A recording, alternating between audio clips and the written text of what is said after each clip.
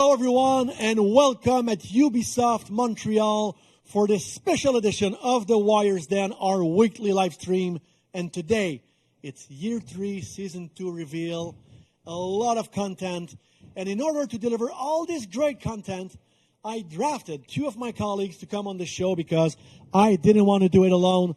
So allow me to introduce you to Justin Kruger and Michael Anthony Porazzo. Oh, yes. What's up? That was great. Yeah, that was beautiful. That was a great pronunciation. Yeah, thank you very much. That was perfect. Yeah. I've been practicing that for the past It sounds like years. you've been practicing it for a very long time. It's make me very proud. Yeah. Porazzo. Porazzo. Excellent. That is amazing. Yeah, with the T. Honestly, With the T, yes. Exactly. He So, knows. so guys, welcome on the show. Thank you. Thank you. Very Justin, excited. your first appearance This on is the my Warriors first Den. one. I'm so excited to be here. And you This decided is to so start cool. with a big show? Yeah, I started with a big bang, the big show. But I'm so happy to be here. The community has just been so welcoming of me, and I love them so much. So as everybody watching out there, thank you guys so much for tuning in. This is so fun. I'm hyped for this show. This is going to be fun. Yeah, it's going to be great. And Mike, people have seen you a couple of times on the Warriors Den. Yes, I'm known for my PowerPoint presentations, as you know. I have a burning passion for PowerPoint. So Yeah, we know that. yeah, so today is going to be it's going to be new for me. Pretty big stage for this, but very excited. Great show, Mike, great it's for you to content. get ready because next week you are hosting the show because I won't be here. Oh, news to me. That's news. Yeah, you that didn't is know that? big news. Yeah. No, I did not know that. Next week, Michael Anthony is hosting Hey. the Warriors Den because He grows up so quickly. I will Yeah. exactly. I will not be in the office next week, so Mike will step in. Fantastic. Great So, news. Great. Have fun. Yeah, thank you very much. So that's why I drafted you to come on the show today because I didn't want to be alone. So, Yeah, of Fair course. enough, And fair we're enough. going to be going over some amazing segments as well. Exactly. Mike, what are you covering this week? Well, so I'm going into, I would say, the meatier part because as you're just starting out, we're going to give you art and narrative stuff, Yes. right? Yes, Correct. that's correct. Yes. I'm covering all the fluffy, awesome stuff. Yes. That goes into the character, the narrative design of Sakura. No. No. what? We've been practicing that. Yes. Oh, Okay. We're going to say it together. Sakura. That's how you say it. Okay. That's The how you end say it. gesture is very important. Yeah. Sakura. And it doesn't even count if you don't put in the head No. gesture. No. So, I yeah. feel like this is like For Honor ASMR. Yeah. It's Oh. Sakura. I don't see why not. I really don't see why not. Good. So, We It's can solid. start doing Yeah. that on our Yeah. spare Yeah. time. Well, I'm going to be covering art, narrative, music. We got a really awesome special segment coming up later Yes. in the show. So you guys don't want to miss that. Mike, what are you covering? I will be covering some great stuff. We're going to do a fight demo, obviously, with Sakura comes the... Sakura. I said it. Come Sorry, on, guys. Gotta say it with the sound. Sakura. You're right. You're right. Make an effort. Sakura. Yeah. I said it. So we're going to do a fight demo, look at the moveset, all of the nitty-gritty details that you guys have been looking forward to. Not only that, but we got a Raider Yes, and and Lawbringer Lawbringer improvement. update. So talk about versatility with the Lawbringer. Raider. The Raiders got some great changes, so we're going to take a look at that, as well as the Canopy, which is the new map for this season. Yes. Would it be a new season without a new map? Exactly. It's an awesome new map, by the way. And lastly, we'll be sitting down with Philippe Grégoire, who will be talking about some updates on Arcade. Yes, Philip was on the show, I think, 2 weeks ago when we talked about Arcade. He teased about some of the updates that were going to come. So you're going to sit down with Philip today. And also, we have some of our community streamers Yes. in the house this week because you're going to play later on. Yes, if you are looking forward to boy. some mediocre gameplay, can't wait. can say it's going to be fantastic. Yeah, and It's I gonna wasn't, be I wasn't available for mediocre gameplay, so they took on Mike Yes. to do that. So we're going to have Setback joining us and Kitys, who were here during our last seasonal stream in January. But also Daddy Law and NikkiDuh are in the house today. Yes. They're going to Yeah. pair up with some of our devs, including him, Yep. and they're going to play on the new map with the Sakura. Sakura. Well, They're all it's actually the amazing. Hitokiri, Yeah. but Yeah, the Hitokiri, yeah. Hitokiri, but we'll But, say Sakura. yeah, these streamers are absolutely Yeah, amazing. they're We a got blast. a chance to hang out with them last night, and if you guys are in chat, you see them on stage. Give them some love. Yeah, they're great. Give them a lot of love, and because they're really excited to be here. We're pumped to have them here. Yeah, absolutely. And before I let you go to get ready for your segment, guys, we had a small announcement to make about the What's progress this? of For Honor. It's been 15 months now since we released the game, and we reached 20 million players. What? So 20 million players on For Honor. Amazing. Congrats. Thank you very much, everybody, for your support through those 14, 15 months. I'm losing count right now. So it's great to have all those people in the game. Thank you. Thank you very much for the bottom of our heart. We are very, very thankful. So Yeah, it's absolutely incredible. You know, I'm new to the team, but seeing this community jumping right into it, they've been amazing. They're Yeah. so passionate about this game, and the fact that there's 20 million of you, it's absolutely incredible. Yeah. So, guys, I have a good show. I have a you. bit of housekeeping stuff to do before you can come back. So, a couple of things to know on this show. And yes, the roadmap. Yes, we have a roadmap for the season. We had Vortiger season in January. Right now, we have Sakura. So, it's the Hitokiri, male and female. Later on this summer, they're going to be a new Viking hero. And after that, a new Woolen hero in the fall with some seasonal events that are going to come, ongoing improvement. So a lot of things happening in this third year. And a big stream like that wouldn't be a big stream without some Twitch drops. So there will be Twitch drops today. For every 30 minutes of accumulated viewing time, you are getting a scavenger crate and also a chance to win 100,000 steel. So you can link your account with Twitch. Give us a good 24 hours for everything to be processed in the system, and then you can take advantage of it. Also, we want to thank our friend at Logitech, who supplied us all the nice gears that our people were going to play with today. So thank you, Logitech, for the amazing gear. And we're going to be right back with Justin, with Roman Camposorilla, our creative director, to talk about the narrative aspect. So let's take a look at the CGI reveal of Sakura.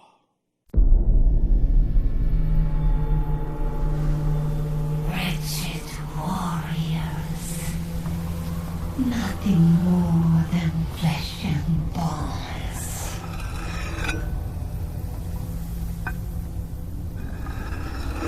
You no longer need to suffer. I offer you peace and salvation. Be not afraid. Your soul is now mine.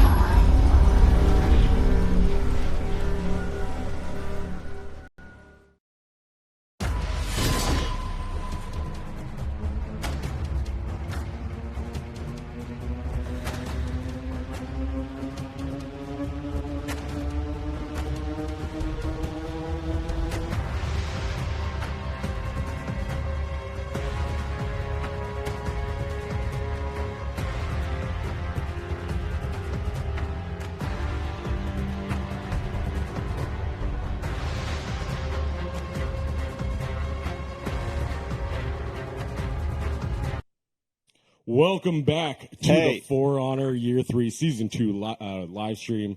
I'm sitting here with Roman, the creative director. How's it going, man? Really good, but what happened to your hair? Oh, it's, you know, I grew it a Seems to little be bit. really It's- shorter, like, no? It's beautiful Oh, sorry. now. It's I have hair, you don't have hair, and we're about to talk about the narrative design on this beautiful character, the Hitokiri, the class of Hitokiri, and Sakura, and the male counterpart as well. How you doing, man? You doing all right? Really good. Yeah, Yeah, You it's pretty excited to get awesome at into the this? moment. Definitely, and I'm really excited for the Hitokiri. Yeah, it's It's really such a cool hero. unique and beautiful class. I can't wait to learn more about it. So why don't we jump right into it? Tell us, who are the Hitokiri? So, the Hitokiri, it's the new hero, it's the new class. And among the Hitokiri, there are two characters that we'll talk about a little bit today. Sakura, which is Sakura, the female version. But before getting into the background of those characters, let's start with who are the Hitokiri. And Hitokiri, it's the samurai name of former executioner.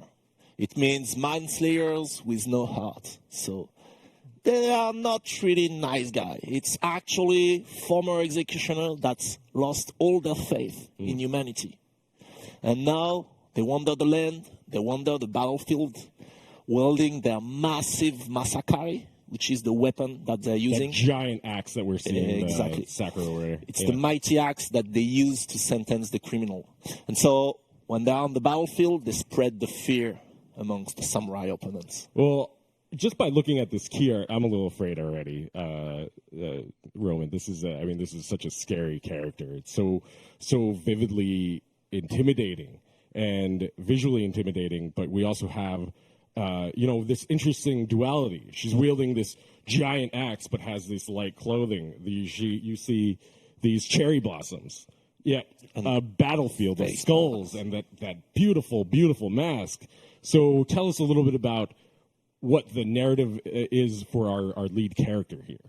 So the first Hitokiri, it's Sakura, and that's how we started working on the character. It's now when we do a new hero, we start with the weapon, but then we try to think, okay, who are those people? What are this person? And we start by creating those characters. So Sakura, basically, she's a ghost.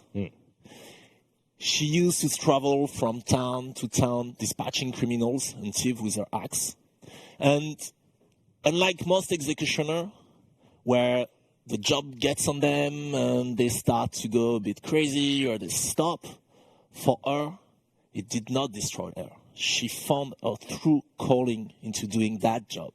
And basically, she's death. And death is her gift to the world. So that's the mentality of that character.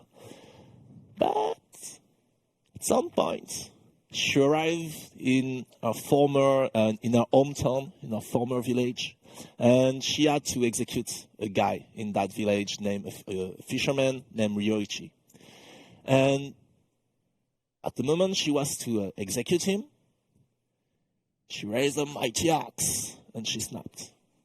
And the next moment, she sees the head of Ryoichi rolling at her feet, and she turns, and actually the whole village is dead. She had slaughtered them all. That's the character. But she did not feel any remorse for that. She actually felt the power of the spirits. And she thinks that when she kills somebody, she actually sucked their souls. And so that's why she had all that collection of weird, creepy puppet heads on her belt. That's where the souls are being. Exactly. Yeah. At least that's what she believed.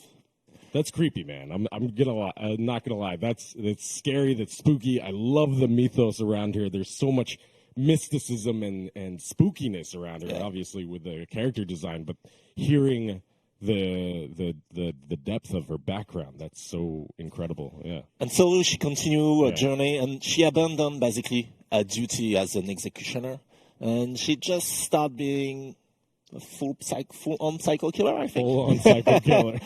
But at some point, she faced a master Kensei, and he actually defeated her. But instead of killing her, he saw the true potential that she had.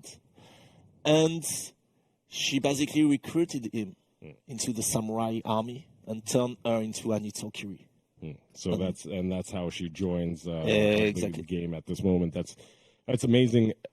Before we move on to her male counterpart, the Yato, I want to quickly go over a few of the things that you've been talking about, because this is deep story. This is incredible, and it sounds like it's evolved over time, and really this story, this character background has evolved way more deeper than in say year one when we release a character.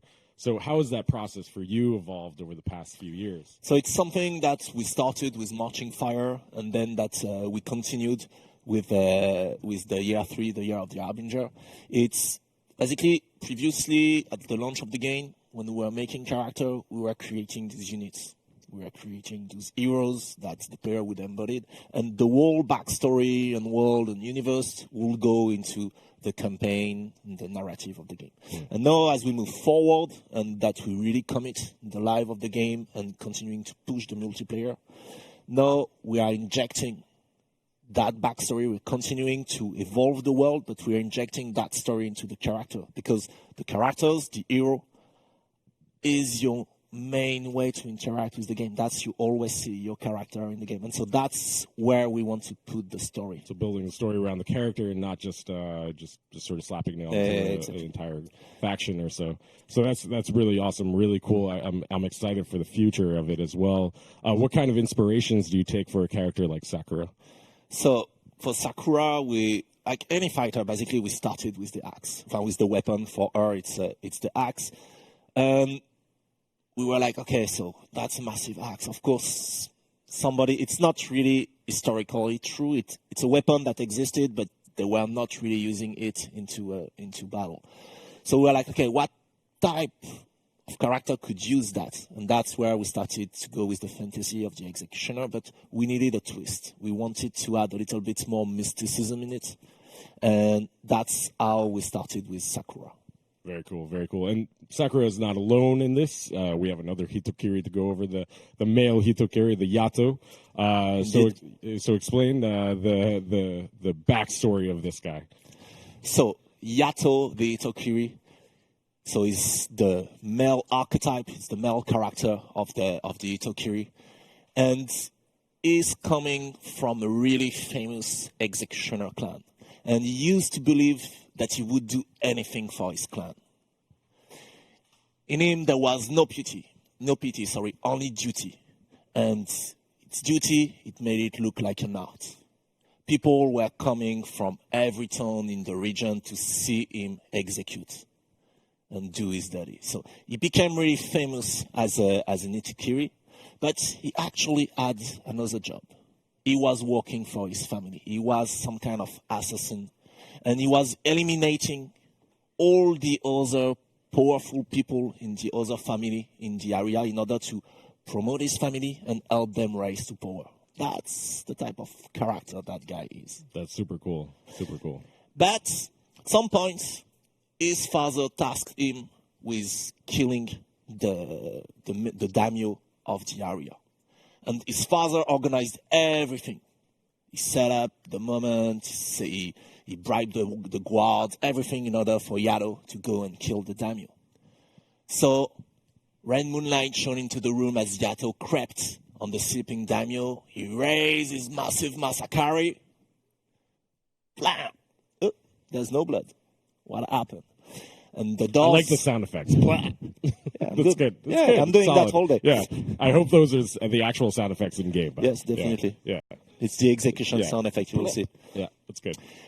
But so the doors open, and the daimyo is here with his father and all the guards, and he was actually set up. He had been fooled by his father because his family started to fear him. They started to fear his power, and so they thought they had to take him out. And that's the moment where all the sense of duty he had felt died in him. But he felt no fear. He was like, okay. And he killed the daimyo, and he killed the guards, and he killed the other Hitokiri, and he killed his father. Because he is the strongest. And he felt no remorse about it. No one could challenge him. And so now, Yato vowed to fight no other cause than his own. He is going to bring death to everyone that stands in front of him, that stands on his path. And for the moment, he's fighting with the samurai army against all of their enemy. That's the guy. That's awesome. That's super cool to hear the backstory of these two characters that people are going to be seeing all throughout this show, and that we're going to be doing deep dives into for all these things. Roman, thank you so much for taking the time. Thank you for being here, and I really appreciate it, man. That was awesome to hear you talk about all the deep narrative behind these two characters. And speaking of that, we have a lot more to cover. We have the character design coming up as well, the hero design with Christian Diaz and Andrew M. They're going to be joining me on this stage right here. But once again, thank you, Roman, and we'll be right back after this. See you guys.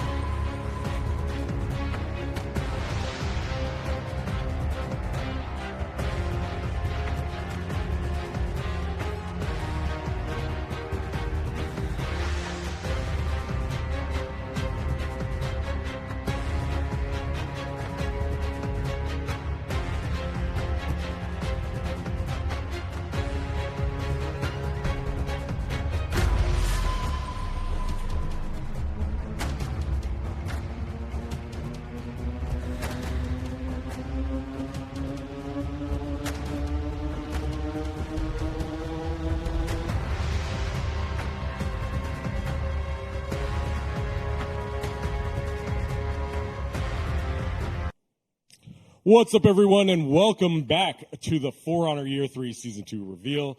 I'm joined by Christian Diaz, Art Director, and Andrew M., Associate Art Director. How you guys doing? Great. Good. Yeah, Good. So during this segment, we're going to be going into all the details about how these characters were created and where you guys started with designing this absolutely beautiful characters. Thank you. The visual design for it is absolutely incredible. So I guess let's get right into it, and why don't you guys tell me, where do you guys start when designing this character? So it all starts with a great story, very inspiring. So the narrative that was given to us was really great. And the first process is going through some sketches where we try to define some key elements. We think about the executioner. We try to dig into the collective unconscious. And this is where we try to find key elements. And then we take one concept and we focus on this one and we move on. So we're taking a look at all the different art designs, all the different concept art that you guys focus in on, and then you choose one, and this is the one that you guys kind of focused in on. At the beginning, even if there's some other sketches where you think, it's a good set, we focus on one, and to define the key elements, the language. This is the one that was fitting the best on the narrative side. So we chose this one, and this is the refining stage. So this was almost there. We're kind of happy with the design. And where we were kind of focusing is the things that was hanging around the belt. Previously, it was a skull. And then we were kind of looking for something more creepy. And then started with the shrunken head. But then it was not fitting the right culture. So now we changed it into a Daruma doll head. So it fits the character. Another thing is that he was wearing the ceremonial costume. So we had to refine and clean up the design.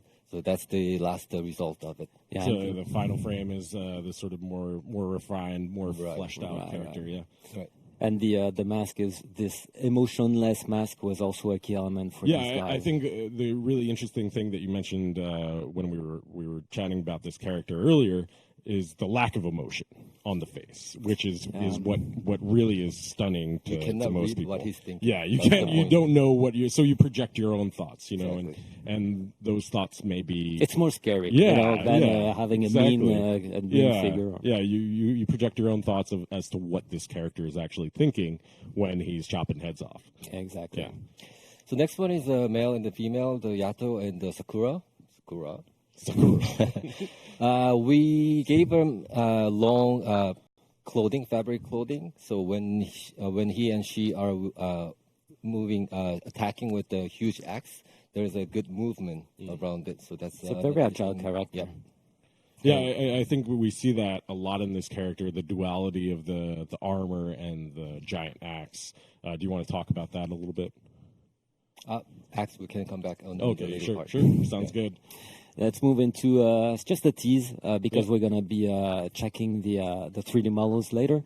But just to bring your attention on different flavors that we were trying to find, I really love the second one on the left, which has some kind of Japanese punk rock vibe to it. Yeah, it looks awesome. Even It though looks like he'd be good in a mosh pit. Oh, exactly, absolutely. We'll be checking these ones later. And definitely there's inspiration of one of the animation faceless ghosts. Yeah, a little nod to Miyazaki. Exactly. Yeah, We're a very big cool, fan. Very cool. This showcased the player expression. What is really good with this character is that we have a big canvas. So if the guys who want to play with the player expression, paint patterns, colors, and all that stuff, this is the character for that as well. So and if you want to play it blank, it's also possible because we didn't force any paint pattern on it. Nice. So you can really customize her to your liking. A lot, and it shows off a lot. So, mask is another identity for this Sakura, and this is what's under the mask. So, for under it, we still wanted to keep the cold, mean, and merciless look of it. So, when she takes off the mask, we can kind of see that, okay, she's still scary. Yeah. And we still kept the kabuki makeup. So there, when she was doing the ceremonial thing, the execution, it kind of fits the character. But here you can see the anger, the hatred, the Don't feel comfortable death that looking at lives it. in her. Yeah, you don't. I don't feel comfortable looking at this character. She's not nice. No, she's not nice. Not nice at all. Then we have the Yato, the male version, with my favorite set. We also he has the prayers of the Hitokiri tattooed on his face. So at one point, I guess some people will translate that for sure. Okay. If not, we'll put it somewhere, maybe on the website, because it's some cool. So there's a little bit of lore integrated into the exactly. tattoo. It's not a gibberish that we just Okay. So keep an eye on that. I'm sure the community's already deciphering it. Yeah. And the ornaments. The ornaments, tell us about the ornaments. They're on the arm. So what exactly, does that mean we did it with the Black Prior. It was working great because it's a nice position where it changes a little bit the silhouette of the character, right. But especially it brings a lot of possibilities and the freedom on the head because we can go from small. There's less constraints, so it's perfect. Yeah, it allows you to have a little bit more of that customization design on the headgear. Exactly. Cool. Yeah, we're going to be taking a look at that a little bit later on. These guys will be back up here. We're going to be going into the build, taking a look at all the different customization, which is really cool. Yeah. But there's also one more piece. Sorry. So lastly, back onto the weapon. So we have a Masakari, which is the battle axe for Japanese. It's a unique weapon. You don't see that often, but then it really fits the character. So it's very. And the Masakari is a real weapon, but you guys tweaked it a little bit, right? Yeah. We took some liberties. Yeah.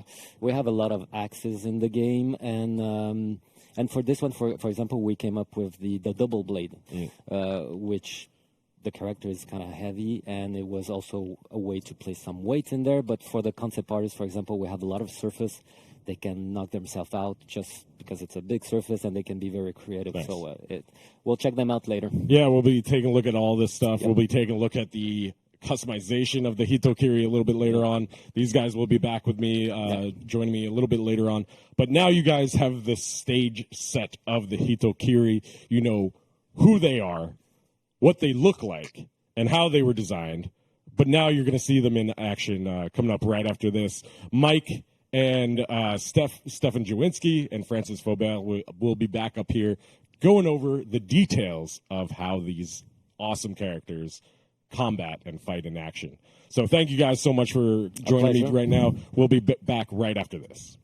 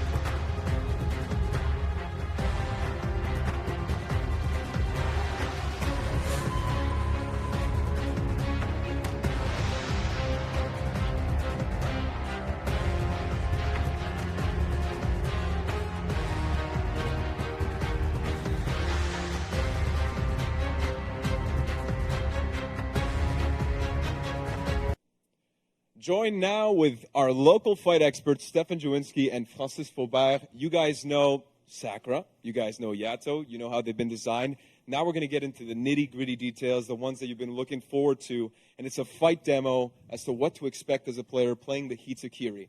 So, guys, can you let's dive right into it. Can you tell us a little bit about this character? Before we get into the real details of this, how can you describe this character in maybe 3 words?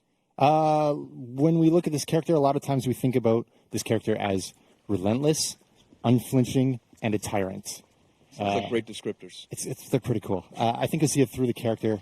Relentless, it's able to attack. It's got a lot of cool mix-ups and a lot of variability. The unflinchingness, you'll see it in the uninterruptible stance, aka super armor, and ability to trade and survive. And Tyrant, yeah, once you face one of these on the field, you'll know why we call it that. Yeah, I'm already scared of the character just looking at this key art. So, you know what I mean? Like, I can only imagine once we get into the game. So, why don't you guys take us through the actual moveset and a little bit about the go-to combos that players could look at playing the Hitokiri for the first time? Sure. I mean, this is your big chance to screenshot, so I would say grab this. Yeah, let's freeze frame right here. Yeah, perfect. Take some time. All the stuff in the set. Very slow, very nice process. Excellent. Yeah. Hitokiri is our samurai heavy. And we thought it was really, really interesting to go with a heavy. When we look at the axe, it's big. It implies a lot of strength and power. And then we saw that as extended into the character. The character needs a lot of strength and power to throw this axe around. So that's how we think of it as a heavy in this case. And we'll see that through the character, yes with the super armor, yes with the feats. It's all about being the executioner, getting big executions, and then trying to snowball that into a strong defensive unit. And so if I may interject, what do you see this weapon, the Masakari, how does it influence her moveset, and how does it make it different from different characters? So a lot of when we build a character, it stems from the weapon, right? This weapon wants to chop people, right? It wants to get executions. So we're like... It looks like it. Yeah. So how do we get this character to get executions? So as Francis is starting to throw a few attacks, we're seeing heavy chain, infinite heavy chain, variable timed heavies throughout the chain, culminating, of course, in fully charged unblockable heavies, all of which can be feinted at any time.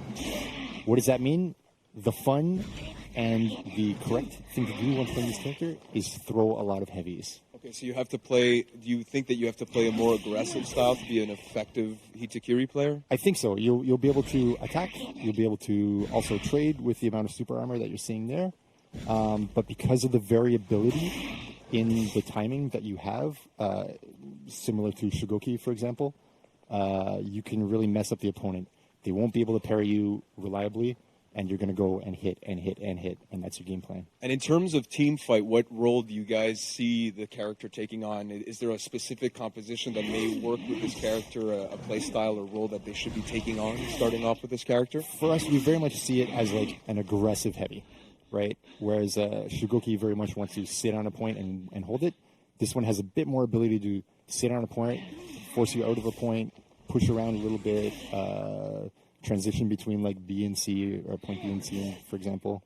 But once you get those executions, then you'll start to get a little bit stronger. We'll see a little later on, and really become a menace on the field. So let's kind of go through the fight kit here. Basics can open with a light or a heavy. And once you start, you can infinitely go through a heavy chain. As you're seeing here, you can end it at any time with a light finisher. There you go. You saw the one with super armor there. That was the light finisher. So again, heavy opener has super armor. So a bit of options. Whenever you need super armor to trade in a group fight, you have some attack that can do it. Yeah, and going back on what you said in terms of the actual fight style of this character, it's kind of interesting because it's a heavy, as opposed to the Shigoki where the body is maybe heavier. This time around, it's actually the weapon that's like dictating the moves, right? Yes, definitely. Whereas here, the weapon is heavy and this character is strong to push that around, use momentum, and really put her body into it. And you're seeing here, like, especially when she charges those unblockable heavies, start to get a bit more of the power and the momentum. But anyway, this piece here, I want to show the importance of, yes, the heavies can be feinted, even when they become unblockable. We've shown that? Finisher? Yeah. Yeah, perfect. The heavies, we've shown the light finisher right there. Yes, is not interrupted on block. So you end up neutral with the other opponent at the same time, meaning you should be able to attack again with your super armored lights or sorry, super armored heavies, if that makes sense. It does. Okay, It perfect. does. What else do we have in the kit? We have kick mix-up. Inside the chain, you can do a kick at any time. If it hits, it guarantees you're heavy. So Excellent execution, by the way, Francis. Just really excellent. Even though I'm all over the place. Yeah. So heavy, free, kick into free heavy. That's a cool thing on this character. You can charge the kick, which you'll do here, and it becomes a sweep, which gives you a free light opener, and then you're back inside the chain again. I always have trouble with sweeps, whether it be Valk, the Shaolin. It's just a mess on my side. So this is going to be another thing to avoid, I guess. And you're probably going to be unbalanced a lot of the time against her, so that'll be fun. What else is cool about the kick sweep? If we charge it and then cancel it with B, you can then guard break or light attack or whatever you want afterwards. So a lot of options. Ton of options Nice. throughout the character at all times. In terms of 1v1, do you think that she's a very strong character? I would say yes. Okay, nice. I think against most people, it's going to be doing some good work. Not good news for me. No. But, okay. All right. Well, unless you take her, then you'll be fine. What else do we have? Outside the chain, we have zone attack. Hits a pretty good range and has quite a bit of forward movement. As well, you can do dodge forward heavy. Also has quite a lot of movement in it. So you can control space. If you were feinting something with your kick mix-up or your heavy mix-up and they decided to roll away, that's something that might be able to stop them. So that's pretty cool. We can show sprint attack as well, because I always forget to show sprint attacks, but we got them anyway. Nice. So that's pretty awesome. And I think that's the extent of the fight kit there. That's awesome. And so, obviously, the character is not complete without its feats. Should we go right into it? Yes, let's do Because it. I know the feat 4 is pretty interesting. You'll take a look. I got the chance to take a look at this, so it's going to be really cool. Why don't we go through So those? we want to keep in your heads that it's about the executioner. She's an executioner. She wants to get kills. Select she wants souls, all that jazz. all the cool stuff. And we want to show the heaviness of the character through these feats as well. So let's queue up the feat number 1. And we'll see that what it grants you Waiting on Max right now. is while you execute, you get super armor. And while you execute, you get a shield that fills your life bar. Or that is a full life bar's worth of shield. So, no interruption when she's executing an opponent. Exactly. This applies to any execution. Wow. Yes. So I feel like current that ones- is going to be super useful. It is super useful, yes, because you see this warden can stop her with heavies. Or Warden. Minions, so pikemen and soldiers will not interrupt you, so you can execute in the lane, which is Beautiful. super cool. So yeah, cool utility. Nice. Let's head over to feat 2.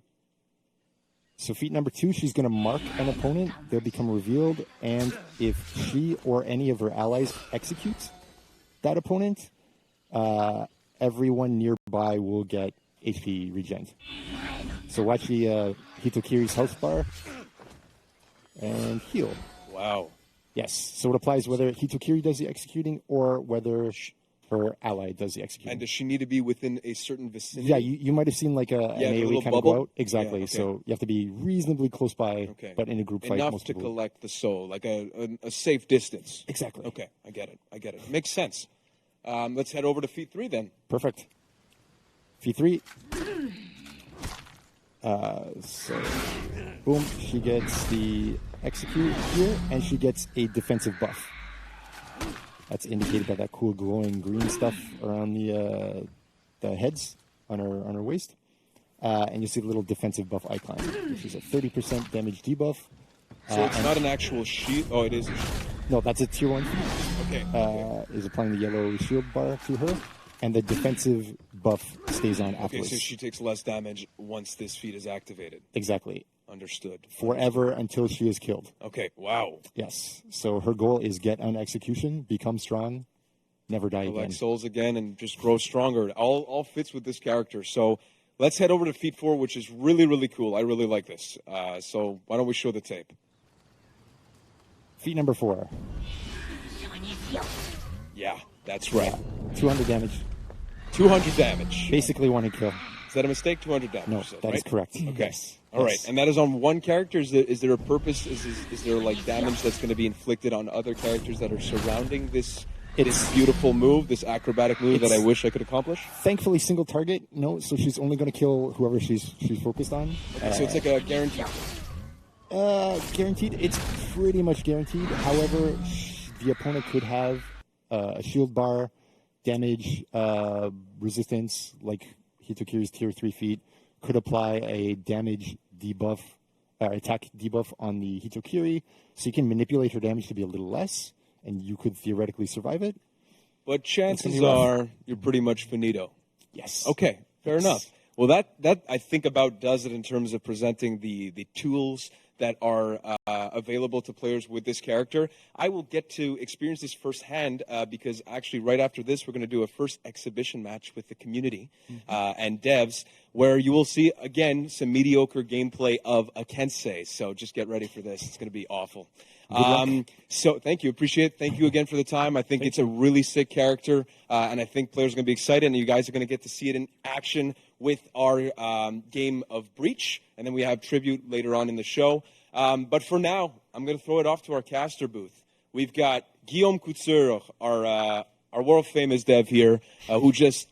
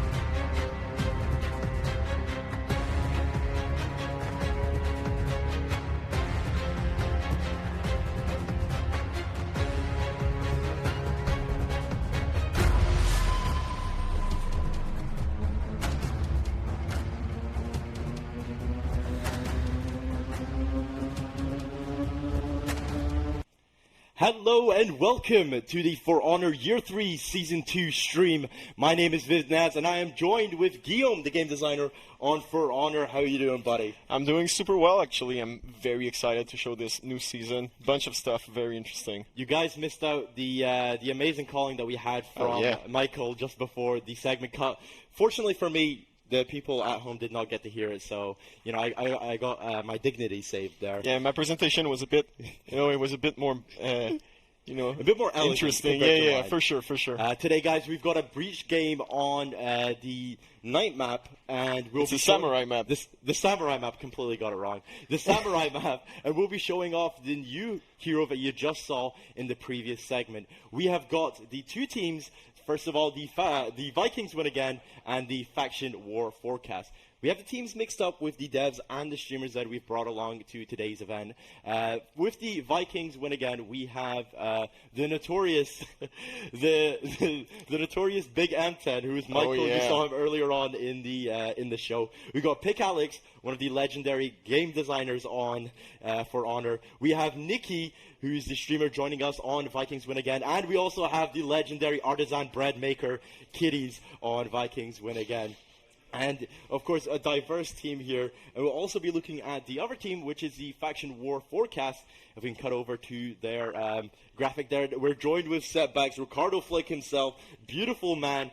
And we got Daddy Law with a beard that is so majestic that honestly makes me pretty jealous. He has to tie it up because it's too majestic, right? It's too much. He has to contain it. We got Nuke there, who's he's kind of showed his stuff in the previous stream. Oh, yes, a regular, very skilled, honestly, quite scary. We're joined by a new contender here. We got Vicky, who, is very intimidating on the battlefield. I have seen her play previous when it's come to the actual practice, and, man, I don't want to go against her.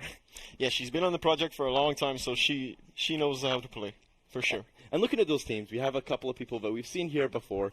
What do you think is going to happen in this game? It's actually very interesting, In terms of, I tend to root for Alex because he's like a pretty solid player, but I've seen some very nice team play from both teams yesterday when we were doing the rehearsals, so I'm not too sure what we're actually going to see as a result. Of course, the big M10, also known as Product Manager, also known as Michael, also known as Loud Kensei, is going to be showing off his skill, and it's more entertaining than impressive, but you want to be there for that. To be honest, I don't want to be there for that one. You don't have a choice. You're locked in. I'm kind of forced. I've got some arm cuffs keeping me onto this chair just to watch the big M10 perform. Oh yes. On his legendary Kensei that he's been talking about for the whole stream. I heard that he faints sometimes. He faints sometimes. Yeah. See, I didn't realize he knew the button layout of the game. So we're just waiting for the contenders to be loaded into the game. It'll be interesting to see what the other players will pick. We do know Kitys will be playing Sakura, or the Hitokiri. Hitokiri, there we go. I was not confident in my pronunciation ability of that character. It's okay, I got you, man. I got you. Flashbacks to season 5 where I pronounced your name wrong the entire show. It's fine. I almost forgot. He's never forgiven me, truly. He's never forgiven me. He'll never forget. And we also have Setback on Sakura. They've had a lot of hands-on before the actual before the stream today, so hopefully you get to see some high-level gameplay. And it's going to be interesting to see how both players actually learned it with the quite limited amount of time they had to actually play around with it. And I think we're going to see some new interesting combos with other players and other heroes. I'm really enjoying the actual design of the character. And here we go, the loading screen. Just look how badass the character looks there. Oh my god, She is pointing out her enemy, and, she'll most likely destroy them. Yeah, well, she's just saying, I'll execute you. Exactly. That's her whole thing. We've got Kitys, as we said, on the Sakura. We got the big M10 on his legendary Kensei. Nikki there on the Berserker. And we also have Pick Alex on the Raider, showing off the revamp. The revamp Raider. Yes. Which has not been covered just yet. But yes, keep an eye out. Try to guess what it is. Keep an eye out. If if you spot the changes, then plus 10 points for you. And maybe we can also talk about, guys, there's also Twitch drops activated on this stream. So be sure to link your Uplay account with your Twitch account for the chance of winning some scavenger crates or a big chance of winning that 100k beautiful steel drop, baby. All right, let's go see what the players are saying in the Vikings Win Again, just to see how they're setting up this game for now. There to help you. Oh god, it's not going well. God.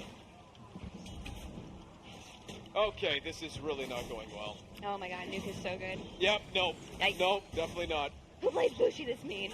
Execution what? already. Why would I grab that? Oh my god, what was that? Oh, I'm lucky, all right? That was really weird. I'm gonna mentally reset here.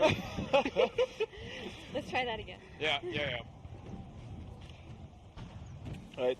Okay. How are we doing here? Okay. Nikki, if you I'm want to head to the responding. ram. Alright, I'm going to the ram. I'm coming in with a brand new attitude. Smile on our face. Yeah, exactly. Right.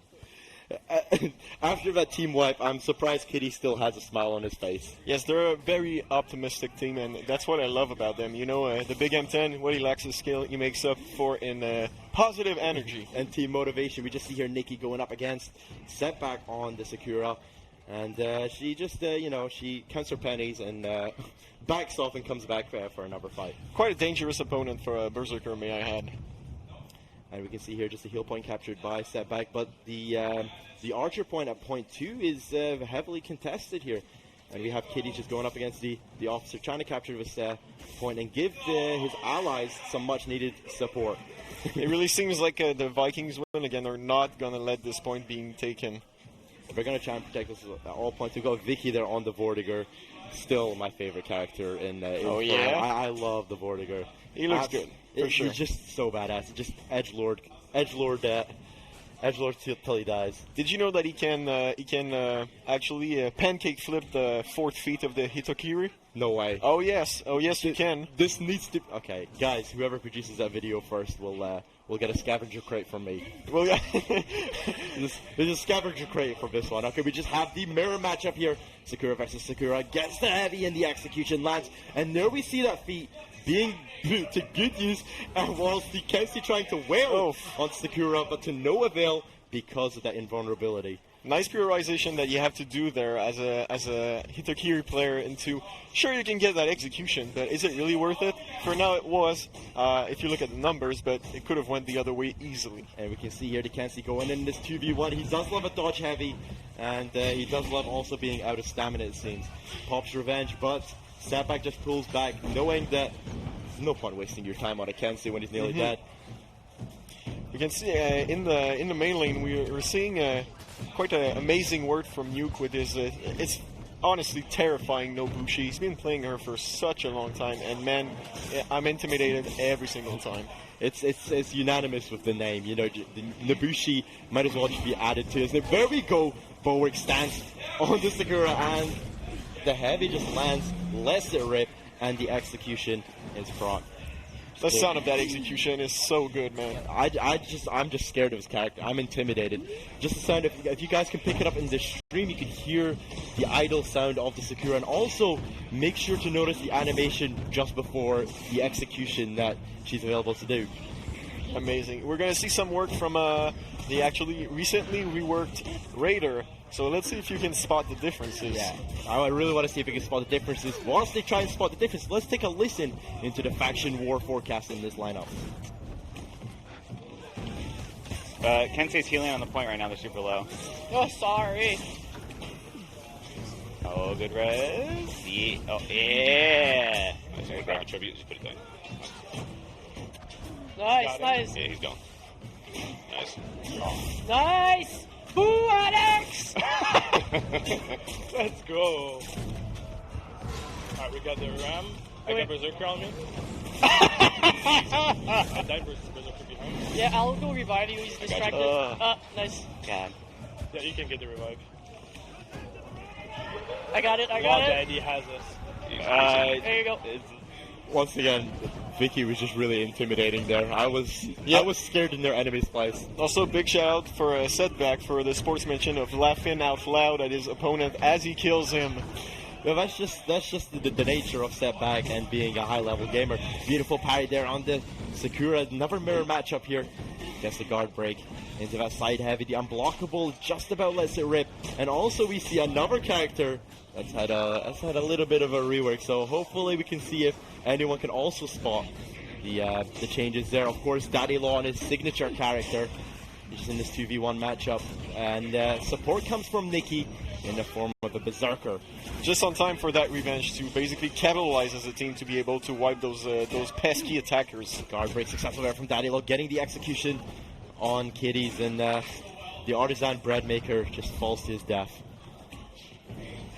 It's quite a badass name, you know, you wouldn't think so, but... Look, I'm telling you, the artisan bread that guy makes, guys, just go check out his Twitter. You'll see some beautiful bread. What a kick to demobilize the big M10. The heavy lets it rip out his stamina. Can you believe this, ladies and gentlemen? There we go, the hyper armor. That's not going to be enough. You know that out of stamp tech is not going to be enough. It's not going to be enough to... The hyper armor just proves a bit too powerful there for the Kensei. And the cauldron drops on the Ram. the Ram's not taking much of a beating. It's still in very much a safe position. The shield is still available, so we can see that defenders having a tough time actually stopping that Ram in his tracks, so it can accumulate damage from the pikeman. Right now, it looks as if it's gonna go through the gate with not that much health lost, and probably gonna get healed back to full once it goes through. And we just have Kitys here going up against Nuke Signature Debussy, and that's it. Game over. Game over. You're just meeting up with the Nuke. And a number kill there for the attackers, making sure they have a secure point on the Ram and letting it rip. Setback seems very comfortable with that Hitokiri, I must say. It's a lot of mix-ups here coming up from the Setback himself, Ricardo Flick. Beautiful man. And just trying to clear out the last point to make sure that the Ram is not damaged by the Cauldron here. We have the big M10 trying to contest the Cauldron. It's going to be a 1v2 for him. Let's see how he can manage it. If he can get that Lawbringer down, he might have a chance. But at the same time, Setback has made him a sworn enemy, so I don't think he's going to let him run away from there. Daddy Law gets a beautiful impale there into that top heavy, and the unblockable lance to get that execution. Let's go see Vikings win again's impression of Michael's performance. Sack of shit. Nuke is cursed, so he's taking a lot more damage. Setback. Can't deal. What? Oh shit! I really thought you had him figured out. I was looking at your screen, so I got killed. Okay, I need a ready up here. Got it. Nuke's out. Nuke's out. Right, Yes. Where should I go? I don't have any stamina. I have no stamina. Ladder. Slide. Okay. Here we go. Oh, this. Yeah, no. Trying to come as soon Come as on, possible. let's do this. Bingo. Bango. Let's we go. go. Bing. What a god. And here we go. Oh, What a god. What a this god. is no joke. Oh, damn it. Oh, no. What will we do without you, man? I'm getting way too confident. I'm coming. Bingo. Wait for it. Here we go. Oh, wait. Oh, no, not Setback. Anyone but Setback. Had enough of your bleed, Naboosh. Wait. Oh, sorry. No, you don't need a heal. Fuck. Shit. Who the hell heals? Oh, nice. Huge res. Huge res. Huge. Big Biggest pogs. of res. Mini pogs. Here we go. Oh, they're going. got it. They're grabbing Oh, fire. Nuke, you- I need to heal and go over to Oh, five. come on. Bingo. Yeah. Man, this guy is wild. It really feels like I'm coming back to season 1 of For Honor by just seeing this kid discover all of the... It does make me nostalgic. It really does. Nice parry there from the Setback, the most hated player on the Faction War forecast, it seems. And the forecast is almost looking clear for the attacking team so far. They've got a lot of tickets, and they're doing pretty well in getting this Ram moved up to the second gate. Once again, the Tensei just falls down, you know what I mean? The defenders are going to have to pick it up, because right now what they're doing is they're just staggered to hell, and they're trying to come back, but they're trickling in that team, and they're just getting dominated every time. Oh, we see a reverse situation here with Dadila being isolated by 2 players from the faction war. The Vikings win again. He didn't even need to heavy. He just went for the guard break side light for the BM. At the same time, you want to go for the heavy with the Hitokiri. You want to get that execution as much as possible. Yeah, they should have, the Raider made the mistake of not letting the Hitokiri get the kill there. And once again, a fight at the healing point. The most contested point of this game so far. It's very important in the second stage, especially where it's positioned when it comes to its actual objective prowess and the objective... what word am I looking for? The objective cost? Yes, exactly. And for this map, this point of healing tends to be even heavier, more heavily contested than all other maps. Might just be placement. We'll ask Edgard what he thinks of this. Well, we got a 3v2 situation. Let's cut over to the Faction War forecast and hear what they're saying. Here comes! Oh, so close. Fuck.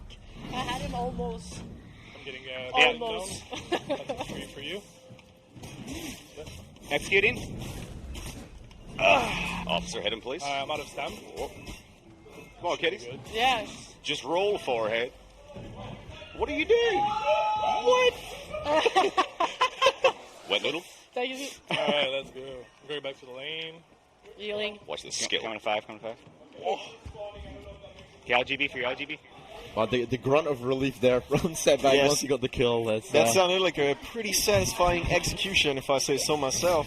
really is. And what else is satisfying is this new tasty Lawbringer we're seeing on the Oh, battlefield. yes. But you'll learn more about that one later, guys. You'll learn more about that one later. Yeah, I'm disappointed because even with Raider and Lawbringer, I don't think we've seen anything that would hint at what their reworks is. So it's going to stay a mystery until we actually show it up. Maybe a bit more eager-eyed viewers are noticing a bit of the changes there. The Impel just lands on. They can see a very powerful move in the Lawbringer's kit. Very tight quarters fight here. He is wailing those heavies once again, giving Setback another kill, and the defensive buff, a damage reduction buff, is a big help there for the Sakura. The Hitokiri definitely has some immense staying power with the Howler Feet combination. That's a lot of healing, and that's guaranteed execution that also heal you. I need to see someone landing a 4 feet here. Yes, I can't wait until they actually unlock it. They're going to see if someone is able to, land that in a clean manner. You saw there the Lawbringer getting interrupted. .jpg. Oh, was it during his impale? It was during his impale. I think it was during his impale. Yes, so the more keen-eyed viewers probably detected that doesn't usually happen. Just the versatility there. It's beautiful. Yes. It's beautiful. And you can see here Kitys just getting well done. Procs revenge. Trying to aim for the Hitokiri. And he's just wailing. He is just doing heavy after heavy. Picks up the first kill on the Blackfriar. And got carried away there. He just walked into that parry. He was really seeing. He was seeing red, as they would call it in the MMA industry. He was just seeing completely red. I don't know why I referenced MMA. I mean, it's a nice reference for a fighting game, don't you think? Okay, that's true. Okay. That's fair. That is completely fair. Now you can see the Sakura with the speed of 1,000 miles. He's gifted with the boots of swiftness, and it's going against Pick Alex here on the Raider. That's going to be a very interesting duel. A very interesting duel indeed. He's going to leave because of the reinforcement coming in. Because he's being like, I've teased too much. I better run away from the Raider. I want to keep it for later. And also joining his buddy on the healing point, Daphne. And they're going to try to take on this team on the healing point. There we go! The execution there it is! Beautiful kill there from Setback. And I'm telling you, that execution is just something straight out of a YouTube free-running compilation. Oh yeah, it's definitely like it's ultimate parkour execution right there. I want to see a replay of that with Alan Walker faded music on top of it. That's what I want to see. And let's hear the excitement coming on from the Vikings win again. Just gonna back away here. Oh, okay. I believe in you. Nope, you shouldn't believe in me. This is not. Nope. Luke is almost good on mid, but. Wait, I'm coming. I only have feet 2 unlocked. What a joke! Are you kidding me? Such poor gameplay by my part. I like how all Daddy does is run around and impale. I just want you guys to know I'm doing my best. I'm not gonna look at the score. Terrible. Feet 2. That's all he has to show for That's all he deserves. That's all you deserve, buddy. We have Kitys here just respawning. Oh my god. Just do it. I really want to see what was going on in his decision making there. He just got carried away by the parkour execution. He wants to relive it times and times again. But just come back on that execution with the 4 feet. Let's just take notice on how the team actually placed it properly. The way it's you're guaranteed to land it. So you have one teammate destructing it, and you just pop it, baby. Go ahead. It is slow, but in a ganking situations, you can definitely utilize your allies for another one land on Nikki there. And the adrenaline, I feel every time I see one of them land. I hope chat is also feeling the same feelings that I feel inside. All right, can Setback take on this full team? Let's see. That's a revenge. Gets revenge there. Heavy lands on Nikki. Nikki just pulling back, knowing that she is against a formidable opponent that is in the form of Setback Hitokiri. Big M10 here, just trying to get the guard break. Daddy coming in with the superb help right on time. He's super helping with those top lights, tries to go side heavy, but then realizes that the Hitokiri is in this invulnerable state and you're not going to do anything whilst she's dealing with her opponent. It was still a nice round on his part. The team came in quite hard to help him. It might have been actually a nice payoff in the end. Vicky just playing the dodge game there, gets the shield bash into that top heavy, devastating damage on setback. I mean, Kitys, sorry, he does proc revenge, but the second gate is down and the defenders are falling back. Beautiful, that dodge timing there from Daddy. Oh yeah. Calling him Daddy feels very weird. It feels appropriate. I feel like I'm being looked down upon. The logo of the law lands, and that side heavy follows up. Kitty doing a very good job of just being conservative enough to proc that revenge every time without, actually just turtling. The target. Sorry? Basically trying to chip down those enemies as much as he can, waste their time, and just basically keep them from going towards the commander for as long as possible. The attackers are in very nice position with 31 tickets, and with 12 minutes 30 to go, what we have to see is either a knockout or a massive comeback from the defenders in terms of killing power. You see that top light? That was a nice top light. That's a nice top light. That's a nice top light. That's all I'm saying. Okay. Yeah, I'm just saying it's kind of fast compared to what it was. I don't know what happened there. Some would say that. Some would say that. Bring out the frame data, Freeze. What a kill there by Setback, falling back to the point of healing there. Gotta give a shout out to the Vikings win again. They don't look too concerned about the fact that they're gonna have a hard time winning this. I'm a believer. I'm a believer here. The underdogs, right? I always vote for the underdogs in these situations. Look, Kitys and Setback are really showing off the Hitokiri in a very, very good fashion here. Yes. Really displaying the potential of this character in either 1v1 situations or 1vx situations. I'm very interested to see Nuke face off against those two opponents. I said his Nobushi was terrifying, but he's kind of proving me wrong right now. I'm disappointed. He gets completely destroyed. You saw the feet just land on Nuke's Nobushi there. So if someone gets an execution on Nuke, there will be an aura of health that will be delivered to the defending team. And it would be right at this moment that the whole team would get healed and would be able to maybe push back on those attackers and maybe hold off for a while longer. Trying to go with Sidewinders, unsuccessful. Goes for the little poke there. I like how he just fainted out of that. Gets the side heavy there on Nuke. And Kitty just owning that healing point for now. He has a teammate coming in, interrupted that Stampede charge. Now that's interesting. That's a strange one. Knee to the face there, lands on Setback. So let's see what the Faction War forecast is saying about this. They seem in pretty good position. I'm just a Lawbringer. Yeah! Healing I'm just a smallest Lawbringer. Nope. Let's go, Nikki. Yeah, shit. I just spawned. Squeeze me. Okay. I have tier 4. I wouldn't drop it on the commander. Now we got a fight in the commander spot here. Vicky just trying to take out these two allies, but yeah, the cohesion of the Vikings win again is just super good at this point. They're all together, all full HP. The attackers really tried to do a first push, which, by the way, let's highlight how long it took for them to do actually a push on the commander. That's 3 minutes with no pushing. They obviously have the side lane now, so maybe they were trying to set it up properly to make sure that it went through. The best thing that the defenders can do right now is play for time. If they can hold them off for 9 minutes, which might seem like a daunting task, but I believe. Just as I see this Raider getting completely executed. Very disappointing performance by Alex. We just have a 2v2 here between the Hitokiri and the Nuke's Nobushi. Nice hidden stand dodge right there, and it's gonna proc the revenge. So elegant there by Nuke. Did a really nice job of occupying those defenders while his team was actually farming the commander, which is really low on life right now. Oh, is that gonna be it? Yes! Oh, the commander, that's what we wanted to see by Setback.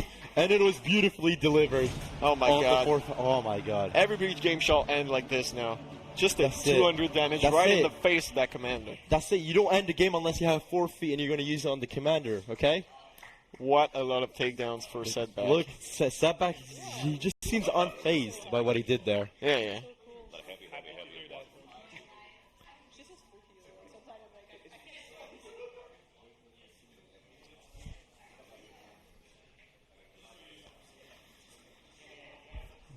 Hey everyone. So what a nice performance by our both teams. I'm kind of disappointed it wasn't closer. Honestly, I thought it would be a better challenge. So did I, but once we saw Setback on the Hitokiri and just showing the prowess of that character and how he utilizes the moveset and all, of course, the feats of that character, we saw maybe 3 executions coming out from the 4 feet from Setback, and it was utilized well. He used it at points where it seemed most efficient. He didn't use it in 1v1 situations where you probably will not land it because the wind up for that, it is a very telegraphed attack if you didn't notice already. You know, there's like a few flips in there, and yeah, few flips. You know, something out of a Jason Bourne movie. And he just landed the attack at the end. But using it on the commander, I didn't expect him to use it on the commander. I think he saved it just to show I think a little... he saved it. Yeah. It's he, to knew show off. he knew what he was doing. It worked. It worked, so shout out to this. It looked really nice. And it's like a...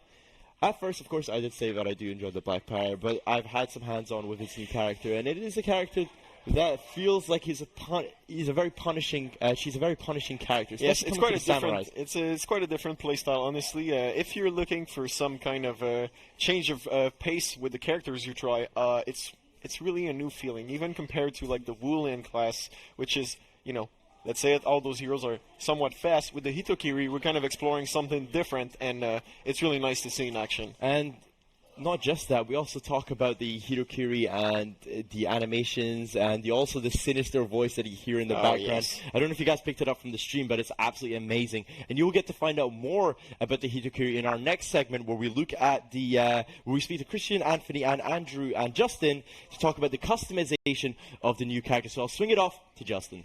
It's so good.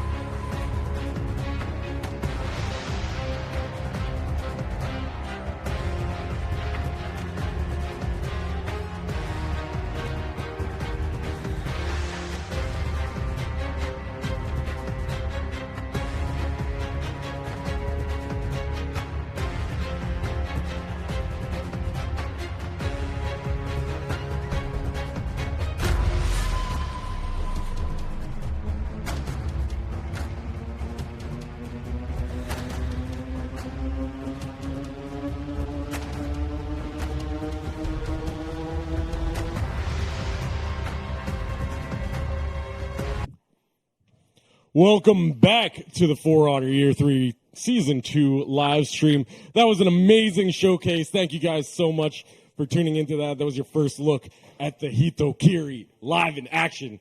Amazing combat play, except for Mike. Mike was good. Yeah. Mike tried his best. Yep. Yeah. I will give him an A for being F for- hilarious, but an F for his gameplay. Once again, we are joined by Christian, Andrew, and Anthony is coming on the show right now because we're about to take a look at the customization that we alluded to a little bit earlier. So you saw the Hitokiri, you know where they come from, you saw them in action, and now you're going to get a look at what they look like in a game with all their different outfits and customization items. So why don't we jump right in and get right into it? Let's take a look at some of these outfits. Why don't you run us through Christian? First thing first, Yeah. these are this is not the idol of the our heroes. Right. These are the warden type of idol, so that's why they look a bit weird. It's just for to mention that. Just for visualizing. Yep. As you saw it before, there are variations of helmets. This is one of the inspiration of the Faceless Ghost, and there's a Tengu mask that you can So see. this is the Tengu mask. I'm sure it's going to be successful. It's a very successful. Yeah, very cool. So where do you guys, obviously you're drawing inspiration from traditional Japanese We do bring it history, from the- but also from animation and from all these different cultural icons. Where do you bring it, where do you really drive that inspiration from? So basically, we collect from everywhere Yeah. that can relate to our character to maximize the to bring the right culture and the right feeling of the character. So that's we take it from everywhere and see how can we push it and bring it into our For Honor world. That's the thing that we are trying to do. And here we're seeing, taking a look at some of the images that we saw earlier with the Japanese punk rocker there before, and this guy with this really cool, like, almost looks like a Game of Thrones character or something like that from It looks from like Parth. the guy over there looks like a parcel, really well packed. You know, with the it's one who has all the laces, the rope. But these ones, we were trying also to give different flavors. You know, in the silhouetting, we didn't want to focus. Also, we didn't want to make these guys in the military guys, because we had this image where we like to project stuff in our mind, and we had this. Imagine the lone cowboy getting into a town. You know, you don't know who he is, but you know bad things are going to happen. But this would be the guy. Yeah, because they're running through the forest. They need to travel light, and they're going from town to town, just killing everything. As soon as they come into the town, you know that death is coming. Yeah. It's a very uncomfortable mask that you saw it. Death is coming in. Obviously, we see the tattoos on the faces once again with this headgear right here. This is really cool. So, what's the process in creating these? Where do you start? It's with the story. The story is really the starting point. Then we start talking about, okay, what could be the key elements if we think about an executioner, for example. So we dig into the collective unconscious. I love his funny nose. For sure. That's why he's going to be very successful. His nose is just giant. So we find some keywords, and then we have our character designer who starts sketching stuff. Mm-hmm. On this case, it was Guillaume, and then it's like we start bouncing. We have some good leads, and one element brings to another one, and then we try to create. Obviously, it's a collaboration with the whole team coming together and absolutely figuring out what's the best way to make this character stand out. Obviously, we see that mask, that standard mask, where there is that lack of emotion, that lack of feeling. And you can really feel that death within this character. And It's the really ceremonial, the feeling of it. Another thing that people were kind of asking for it and looking for is the traditional metal of a samurai. So it's up to the point we were using the wooden material for the samurais. But this one actually has a lot of traditional black metal around them. So it's not the majority of it, but then there's a parts that is protecting him. So you play with a little bit of the textures, the materials that the are combination actually of materials and mixing around. So there's cloth that will be floating around, but then there's a heaviness that you can kind of really get protected. And that's an intentional design, right? Right. Where you wanted to have that light feeling, but with this heaviness to it. Right. And I think that's emblematic in the axe as well, where this character is wielding this giant axe that doesn't look light. We didn't want to make the character too heavy and Right. also carrying the heavy weapon. So there's a good emphasis on the axe. Yeah. make it with feel the lighter. mobile, as we saw with the execution. She's flipping around and you know, using that axe as like just a shovel to like hit. Like I'm just As a imagining trigger a cartoon to character kinda to like shovel in the face. Yeah, The shovel, that's the name we used. The on the floor. Yeah, that's good. right. Yeah. And and also trying to bring a new flavor. So the structure of the outfit, and not bring too much of the armor. We had already some characters with quite some armor, and we wanted to try something different. And it was fitting the type of hero that when we read the story. Yeah, and obviously in that story you have the heads that we discussed as well.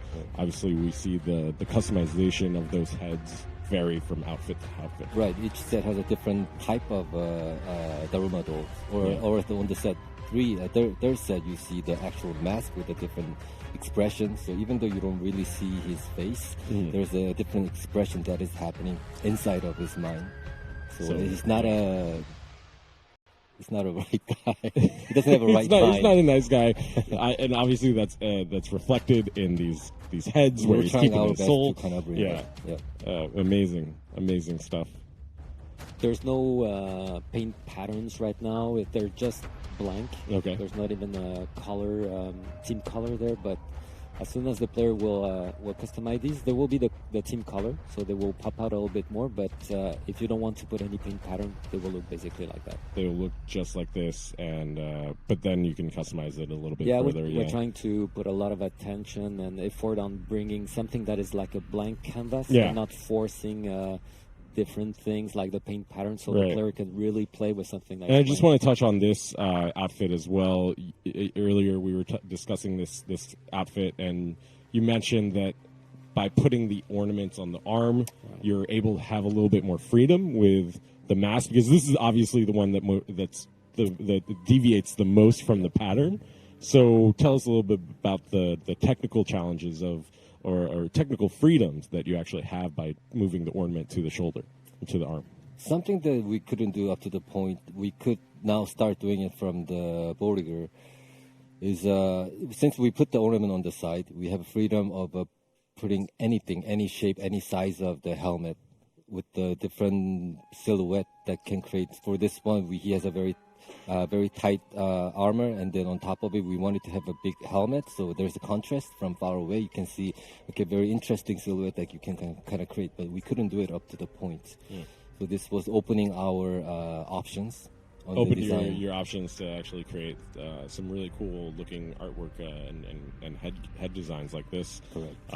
The punk rocker that we've been calling it. I'm sure it has a real name. Very cool. Very cool.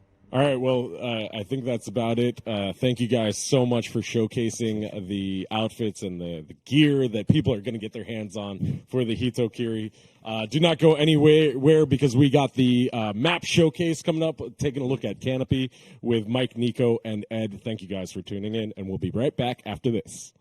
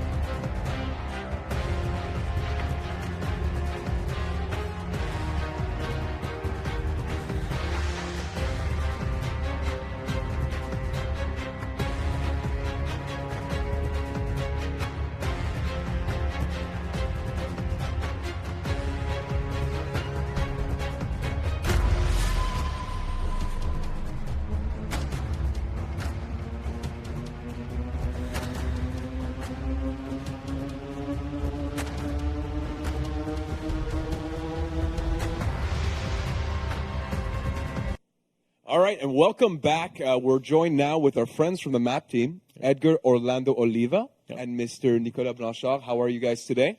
Very good. Are you guys excited to showcase what we just saw as a preview, the new map, the Canopy? Can you tell us a little bit? We're going to get into the build and be able to see it up front, close and personal.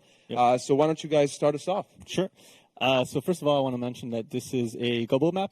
So it was produced by the studio in the UK. Nice. Yep. Well, thank you to the work from Gobo. Yes. Yeah.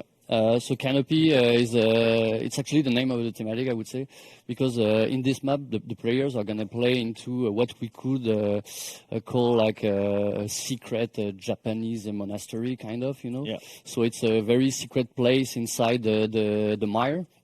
And they actually built that place. It's a very religious place that is like built inside the canyon. So we're gonna discover that together. And to actually reach that place, you have to go through the entire forest of the mire. So here we're showing you the Valkenheim version of it. Yeah. So it's a different vegetation, but if you play in mire, you are gonna feel like the swampy, you know, environment. So this is basically the entrance, and for the purpose of the game, obviously some people managed to breach inside the map, and so they broke those doors, and now you have the first entrance, and you can see like those big Japanese statues, and here you reach the heart of the map. Like every map, this map is absolutely breathtaking, but really, really beautiful job. Yeah, the guys did a crazy jobs. It's super. Actually, when people are gonna play the Mire version, it's even more visually That's your favorite interesting. one? Yeah. Oh, nice. Really. Nice. So I'd like to mention that this map is playable in Tribute, and of course Elimination, Skirmish, Brawl, and Duel. So it was specifically designed around Tribute. So I think this map plays exceptionally well. So what kind of playstyle would you expect for a tribute match for this map? So as you can see, the map, this bell tower serves as the nexus point of the map. So all paths kind of lead into it and out of it. So you'll see that there's a lot of zip lines, a lot of ladders, many paths that all lead and converge to this central point. So there's going to be a lot of back and forth. A lot of the paths lead to confrontations. So especially in a tribute map, you're going to see a lot of back and forth between offerings. Especially with the zip line, making it much easier to kind of go catch up to opponents that may have an offering in hand and be able to kind of surprise attack them. Do you have any tips before I go in and play the tribute matches later for this map in terms of that Run stuff? fast. Oh, God. Oh, God. Yeah. And the thing is that it's super open. There's not many indoors, so you can really spot everywhere from wherever you are. Like you can always find people. So either like taking the zip lines or ladders, like he said. So it's a very fast-paced type of map. So very dense in navigation. And actually, we built that map around that feeling that you are everywhere you are. It looks dangerous. Like you can be thrown from every part of the map. We wanted to give that feeling not to every player. part of the map. Not everywhere, but like in few. But enough few opportunities to let. Yes, but that was the concept behind the map. That you are like you are up in the air, almost like fighting on the skies. You know, on those giant trees. Looks like a pretty severe drop. I agree. Yeah. We called it Canopy, but sometimes we don't even see the canopy itself. So it's so solo, you know, in the vista. And there's some really cool locations in this. The landmarks really stand out. So you have this giant praying tree on this side, with the bell tower in the middle, and on the other side you have a shrine. Yeah, so you have that big sacred tree with those lanterns. So even when you are super far, you can really see it well.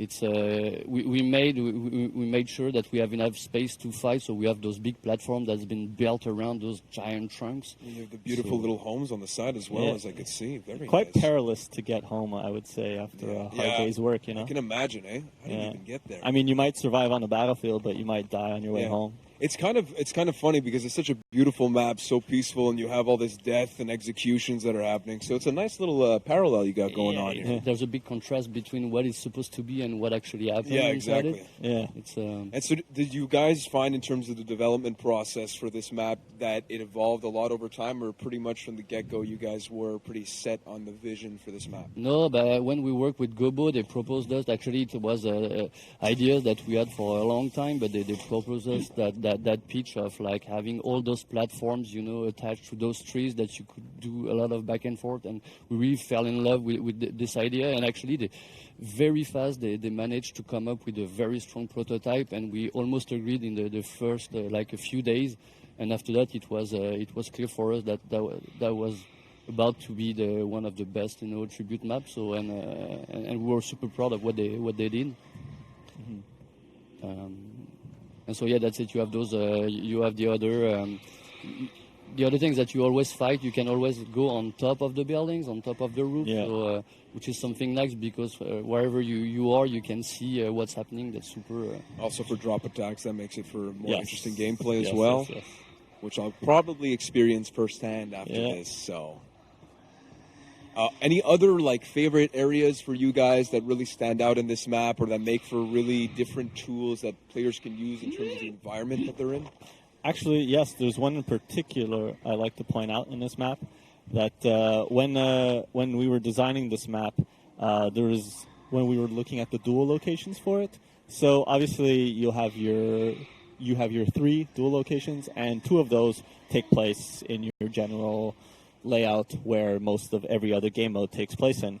But one of them specifically that we noticed was that Studio Gobo had this really cool bridge in kind of the vista area of the map, and it was really beautiful and breathtaking that we decided that why not make that area specifically available only in dual. So only in dual Yes. you go into that specific So area. we made an exception this Nice, time. nice. Yeah, so it's that bridge you see in the background there.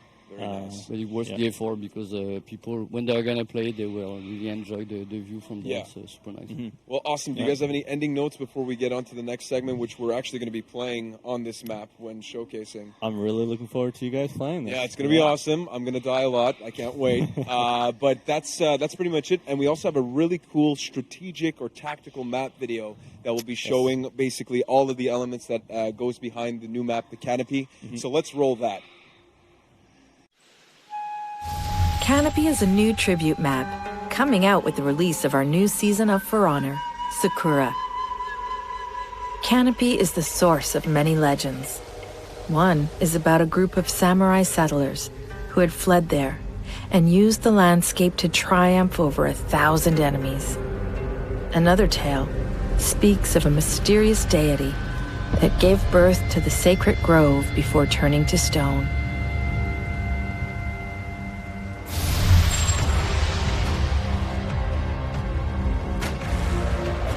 Let's take a closer look at how Tribute Mode is set up in this new map. The defending team begins at the temple and will work their way towards the offerings locations.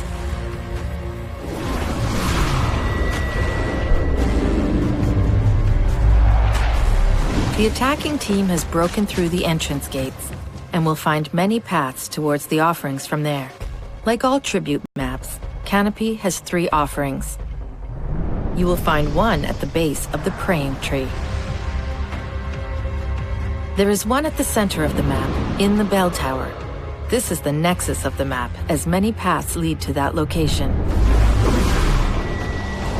Lastly, you will need to get to the Eastern Shrine to pick up the final offering. Now let's take a look at where those offerings will be placed once they have been claimed. Here you will choose to place one of the offerings at either the Oracle, the Guardian, or the Vindicator Shrine. The defending team shrines are located near the temple. Similarly, the attacking team will find the 3 shrine locations near the entrance gates. Remember to choose wisely where you place your offering.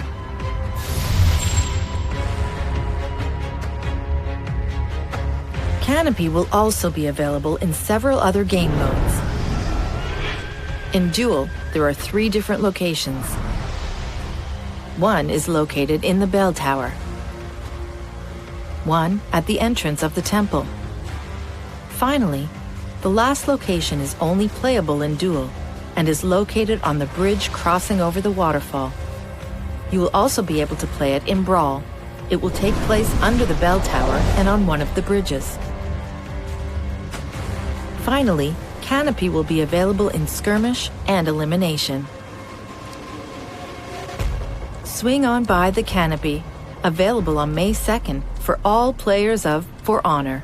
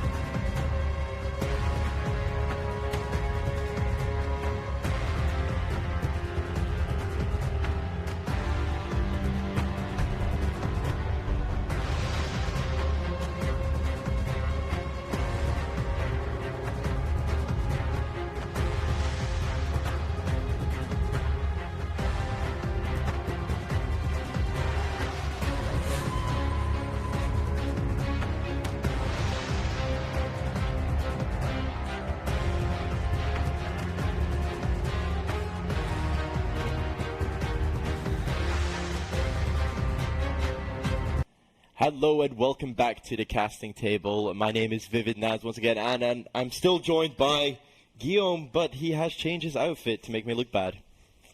It's the gold investment. It's not meant to make you look bad. Well, you know, the whole thing about my mustard shirt last season, I made sure to buy the exact same shirt, but just in a different color. So it's ketchup now. Right now I'm repping red. Next time, you never know what's going to happen. Maybe bare-chested. Who knows?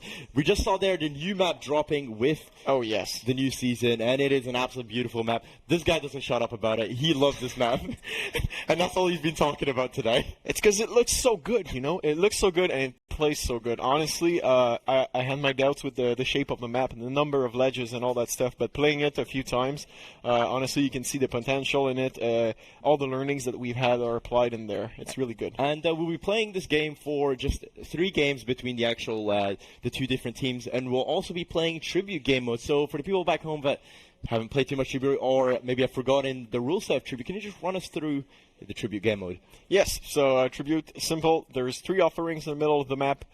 Teams have to gather as many offerings as they can. Gathering an offering and putting it in a shrine is going to give you and your team a blessing, which is going to help you in the match. The offerings can be stolen at any time by members of the other team, and at the end of the timer, the team that has the most is going to win, or the team that succeeds in keeping the 3 offerings locked in for a certain amount of time is going to win by knockout. We saw previously, before the segment, the reworks to the Lawbringer and the Raider, which we were kind of teasing for the last segment when we were playing the Breach game mode. What do you think of the changes that are present in both those characters? Honestly, I'm not a big Lawbringer player, so I won't pronounce myself on this, but I think they're really good from a design standpoint. And for the Raider, honestly, it's just basically taking his toolkit and making it as useful as possible with its whole breadth.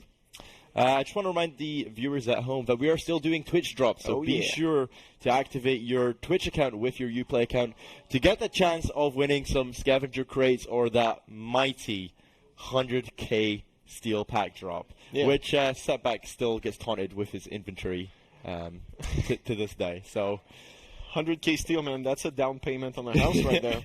For sure, for sure.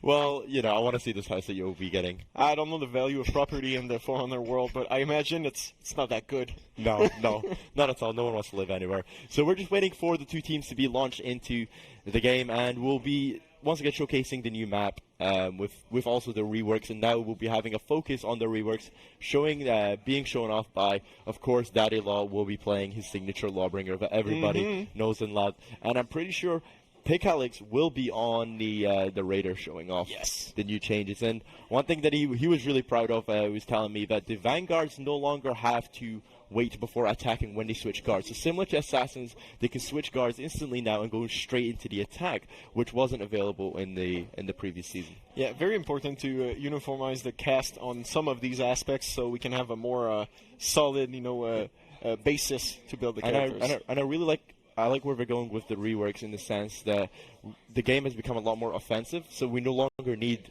Shigoki Hug to, you know, not be interruptible. We no longer need Raider Stampede Charge to not be interruptible. So I really enjoy these changes in the sense that it allows for a more fluid gameplay and a more offensive gameplay when it comes to For Honor.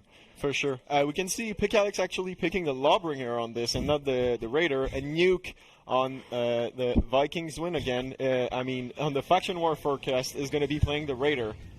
You can see them just taunting each other at the on the chat there at the bottom left, and there we go. The new map finally being revealed. Oh my in god, this season. it's so gorgeous. I just want to live there. It really is. Is this where you think you would move with your 100k steel? I don't know, man. With the view they have, I think a down payment over there would be more around 200k steel. Oh, dude, you just have to make 2 accounts to win. There we go, the top heavy there from the Law Daddy. And Nikki on the Berserker there. Going for that 1v1. Goes for the zone there, but runs out of stamina. And that's going to be costly for her, man. That zone attack was punished to hell. And you saw Nikki there whilst the Lawbringer was distracted, picking up the tribute. I mean the offering. Yes, very nice turn of events. Our teammate was in just at the right moment for this. The defensive blessing is being picked up first there by the attacking team. Same thing for the defending team here. They're going to go for that defend blessing, and the attackers are going to have that attacker blessing just to get that edge in the fight. Let's see if that's going to be enough. And what I love there is we finally get to see the customization of this character to full potential. Yes. What an absolutely amazing character in the sense of cosmetically, let's say as well. That double parry, beautiful into that zone, gets the kill into that top heavy. That is top heavy connects to pick them all off. And goes for the revive. What a stellar teammate right there. That is it. Excellent play by Alex here. You see, defenders teams already have one blessing activated. They have the offering for a second one, and the third one is on its route to be placed. Is Faction War Forecast going to be able to actually knock out the other team this soon into the match? It's going to be interesting to see. The attacker team seems to be missing from the fight. Only one is there. They are nowhere to be seen. And we have Nikki going for that attacker's blessing, and she's going to get that offering and will start running back to her own base as soon as possible, doing a bit of parkour. Let's see what's going on in the Vikings win again chat. Zip. Speeding through. Oh no! These guys have no idea what's going to happen right now. Zero idea. I got 1v3. Observe. Stealing. Bingo! Let's go! Yeah, that's right. Oh, leave me alone. Yeah, Juggernaut. Oh, shit! Oh, my God. No. Don't forget about your zone, man. What a nice interruption there. Just saved that execution right on the dot. And they're going to go back with that second offering, taking it back almost as soon after it was stolen. You got the second offering. They're fighting for the third offering there, being available to the defenders. Can they? Oh, there we go. That shove into the river. Oh, my God. Pick Alex. He's not listening to... Daddy Law is completely destroying with this Lawbringer here. Nikki leaving with... oh, that's not Nikki. That's actually Kitys leaving with the offering there. And it's going to go back to 1-0. We've got a beautiful different camera angle there of the Vikings win again. The Kitys' intense face as he's concentrating here. But we also have Nikki going against Vicky. Nice bulwark stance into...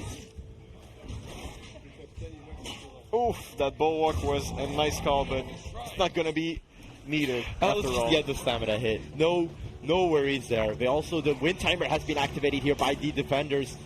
And you have Daddy Law going in this 2v1 situation, impaling Kitys, and off. He does not go. I was going to say off he goes, but no, he does not. That's too bad.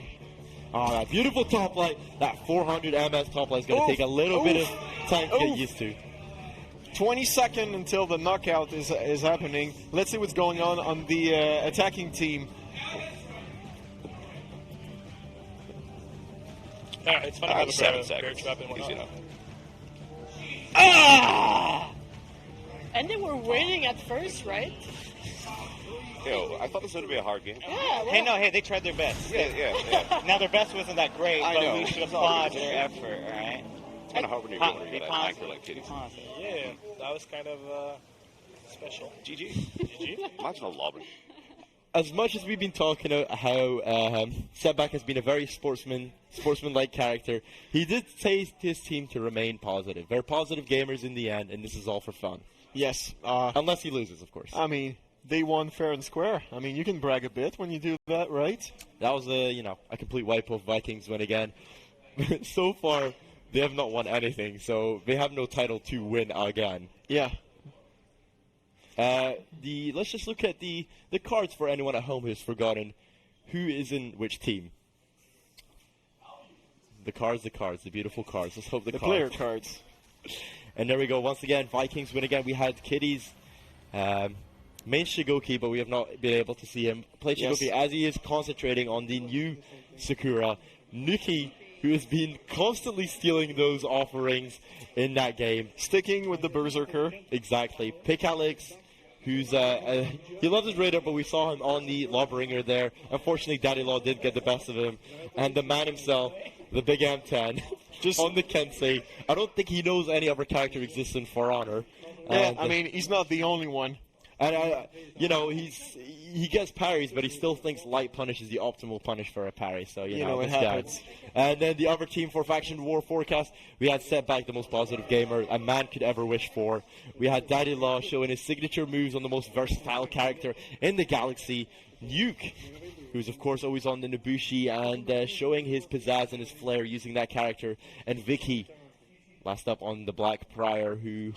once again, still intimidates me. Even though we had a lovely chat before this. Oh, yeah, she's lovely. She's just intimidating in the game, It's just teammates. Give her a tournament and she'll, dial it up to 20. So, fun fact, Alex was actually the one who made most of the Lawbringer revamp. So, he's kind of showing it off right now. I hope he's having a ton of fun. I hope it's satisfying for him. Yeah, exactly. When you've put a lot of work behind a character, especially a character so highly requested as the most versatile man himself.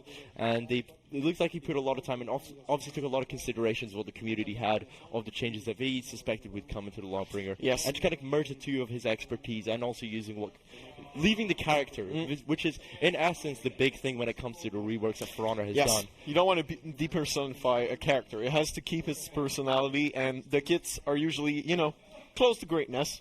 Exactly. You just want to push it over that little edge. Exactly, and that's what I appreciate about the changes that have been done throughout all of the seasons, and especially this season with the rework on the Raider and the actual Lawbringer, because they very much inherently feel and look like their characters, but then there's a bit of different combinations or there's different timings which players would have to get used to. Oh, yes. And for me, the Raider one's kind of hard to get used to. We're going to see, talking about Raider, we're going to see Setback using it in this match. This is going to prove to be interesting, I think. And once again, playing on the same map, but in the nighttime settings. Oh, yes. Gorgeous. Just gorgeous. Look at this. It's For Honor's always been a beautiful game, but when it's showcased with these stunning sceneries and this lighting that's available in the game, it's just something else. Nice parry there from Vicky on Setback Raider. And he's using the stunning tap to his full potential there. Just helping out his teammate. And Vicky is going to get down pretty quickly on this. Setback, making sure that offering stays in place until one of his teammates can actually lend a helping hand. And it's going to be Nikki picking up the offering and just running away with it. That was great teamwork there from Pick Alex and Nikki to just kind of push the Raider away from the offering so that Nikki had enough time to pick it up. But also, he has been taken out. So 2-1 offering. The Faction War Forecast decided to go with the Defensive Blessing and the Oracle Blessing, which allows them to see all enemies on the map. I don't know if this was a conscious decision or it was the closest shrine, but maybe they're trying out a different strategy this time. We got Daddy Law on the Hitokiri. Yes. I've had to repeat that name so many times just to make sure I don't mess up pronunciations. Flashback to Season 4 when I couldn't say Aramusha. Aramusha is not terribly difficult. Yes. Yo, I'm telling you, I struggled big time, okay? Here we have Kitty going against Vicky, getting that execution with that gorgeous mask. Just look, heavy left, heavy right, heavy left, 90 damage in such a short amount of time being dropped on Vicky there. If you get played by the Hitokiri, man, it's the last time you're getting played. All right, we got a big situation coming up here, so let's cut over to the Vikings win again to hear what they have to say. Still at work. You guys are carrying. Okay, I'm just, if they get this in, they have. I'm just a massive anchor right now. Just a massive anchor. Okay. Running. Oh, I'm running my ass. I'm running my ass. I need to come in with a new attitude here. Go, go, go, go. Run faster. Oh, fuck. Fuck, no. Listen, 'Kay. I'm going to I'm need sprinting you as fast as I Oh, can. my God, I fucking dropped it. I'm coming in with a great attitude. Oh, look at this. Look. Look at this. Oh, no. Okay, they can't see me. Help me. Help me. Okay, I'm dead. Oh, I'm gone. Bingo. Let's go. Right up. Up. Yeah, oh, that's a heavy attack. Get the... Oh, I think it. Can you leave me alone? This is the worst. That's right. No, I didn't want it. I couldn't go. Yeah. This is so bad. So we can see here, Michael he's quite tilted. And we're waiting for a group player, seemingly. Yes, I think let's talk about that that little tilt by Michael here. What can you do when you're at this stage? How do you come back in the game? Honestly, at that point, you need to remain tilt-proof. He did say he was coming in with a different attitude, but all signs pointed to that not being the case there. It's easy to say, but actually doing it. Kitty constantly finding himself in these situations where he's fighting multiple opponents. It's a 3v1 situation. He does have bleed inflicted on him. Will the Shaman pounce and get that big damage in there? We see it. Nuke Shaman and that top heavy to follow. That top heavy was killer, man. That was a good combo there between Setback and Nuke. So, knockout in 3 seconds. Good job on the Faction War forecast there. And it seems like the Faction War forecast win again. And, my God, that makeup is scary. That team makeup, God. So, unfortunately, the Vikings, win again, have no chance of taking the... They won't be able to win again because there's one match left. They have no chance for a victory here. But what they do have is for a redemption shot. You know what I mean? Oh, yeah. They have the redemption shot, and they also have they want to get some dignity from themselves. Right now, morale's at an all-time low. Attitudes have not been changing in this in this side, and artisan bread is just not being made here. Yeah, so, and I'm looking at their face though, like the attitude is not that bad. It's not that bad. Nikki, she does of course stream for Honor, but also enjoys a Just Dance stream, and I feel like if the morale is low, we will never get to see a celebration dance from her when it comes to picking up a victory with her teammates. Yeah, that's too bad. That Just Dance skill, man, you have to show it off. But the Faction War forecast is just not allowing it. Of course, we see Setback on the Raider there. Yeah, let's be honest. Setback it's a good day for him. He's playing really well. He's really calm, collected, a positive gamer, high-level plays. What else do you want from a man? He's already tied the knot. But if he didn't, then Yeah, and plus his hair is glorious. Did you know that? His hair is glorious, but Setback's hair.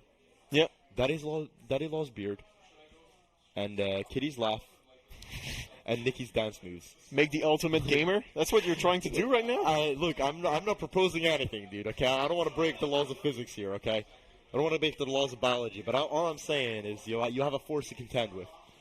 Very interesting to see those teams play together, and now we're going to see Daddy Law actually picking the Highlander for this match. Setback going back to his first love, which is the Berserker. Kitys still in the Hitokiri. Pick Alex on the Lawbringer. Nikki with her trusty Berserker. And the big M10 with his swaggy Kensei. And we have them jumping in. I like how everyone's rotating constantly with their character picks. Yes. But, just the big M10, once again, just doesn't know characters exist in For Honor. He has to focus one thing at a time. He's gonna fight. He just learned feigning, guys. Okay, let's not try to give him more characters to play with here. He's never played with this much pressure. Poor him. My boy, a Highlander. Scottish roots here. Look at that sword. The girth on that sword is just amazing. It's a beautiful. Oh, there we go. See when that heavy lands. Now there is no better feeling in the world. Oh yeah, for sure. I tell you that as a fact. For sure. Oh yeah, it's factual. Yeah, there was research done on this, peer-reviewed papers. You can cite them by me, okay, guys. You can cite them by me. You did your masters on this, right? Heavy landings. Heavy landings, which is the most satisfying, and Highlander won by an absolute landslide. Lawbringer here, taking the offering, but still going in for that kill to confirm that it's actually happened. Okay, he's taking the offerings. 2 offerings being taken back. We have the JJ falling back as well with an offering. And set back here going for that Berserker Mirror. Gets a guard break into that side heavy. Another guard break lands, but the Hitokiri comes in to save the day, and Nikki just bows down and leaves the area. The attacking team here should really try to go and steal one of those offerings. They're getting bogged down as those team fights, and I think this might cost them a few opportunities right there. Let's hear it to the Vikings win again in this team fight. Yeah, I know. I wasn't expecting that. Adios! Bingo! Here we go! 3 of them. Oh, mon ami! Let's get this. They have no idea what's coming. Look at this observing if you want offering. If you want to grab the vision one right now. Yeah, let's get it. Actually, defense is way harder. Look to at get. this. Stolen! Defense is way harder. Stolen! Here we go. Look at this sprint speed. Wait, do zone? Look at it go. Right, give me a second. I'm out of I'm stamina. going for defense. Defense is first. Fucking fuck. Got me. Look at this. Oh! Look at this. They have no idea what's going on. Sorry. Don't. Are you guys okay? Because I'm doing fan-fucking-tastic. Let you death. Here we go. Yeah, baby. Let's All get right, it. we have attack Fucking and defense. no, son of a bitch. Should we? I'm gonna. Oh, they're trying to steal shit. Yeah. Nuh-uh. Oh, they're grabbing both of them. Oh my god. Oh, that didn't go well. Really nice advance here by the Vikings win again, but unfortunately they're going to lose those offerings almost as soon as they were taken. It seems that they are going to be able to go back and get that attack blessing, but the Big M10 is going to get interrupted by the girthy sword of the Islander. 3v1 situation. I was hoping to see an anti-gang compilation clip there, but Nikki just wipes him down on the floor. And that's going to be the attack buff for the Vikings win again. Let's see if they can capitalize on this. The Faction War Forecast getting the Oracle's blessing, giving them a vision on the other team. Nikki just staying back there, making sure that the defense is strong when it comes to the defenders pushing at them.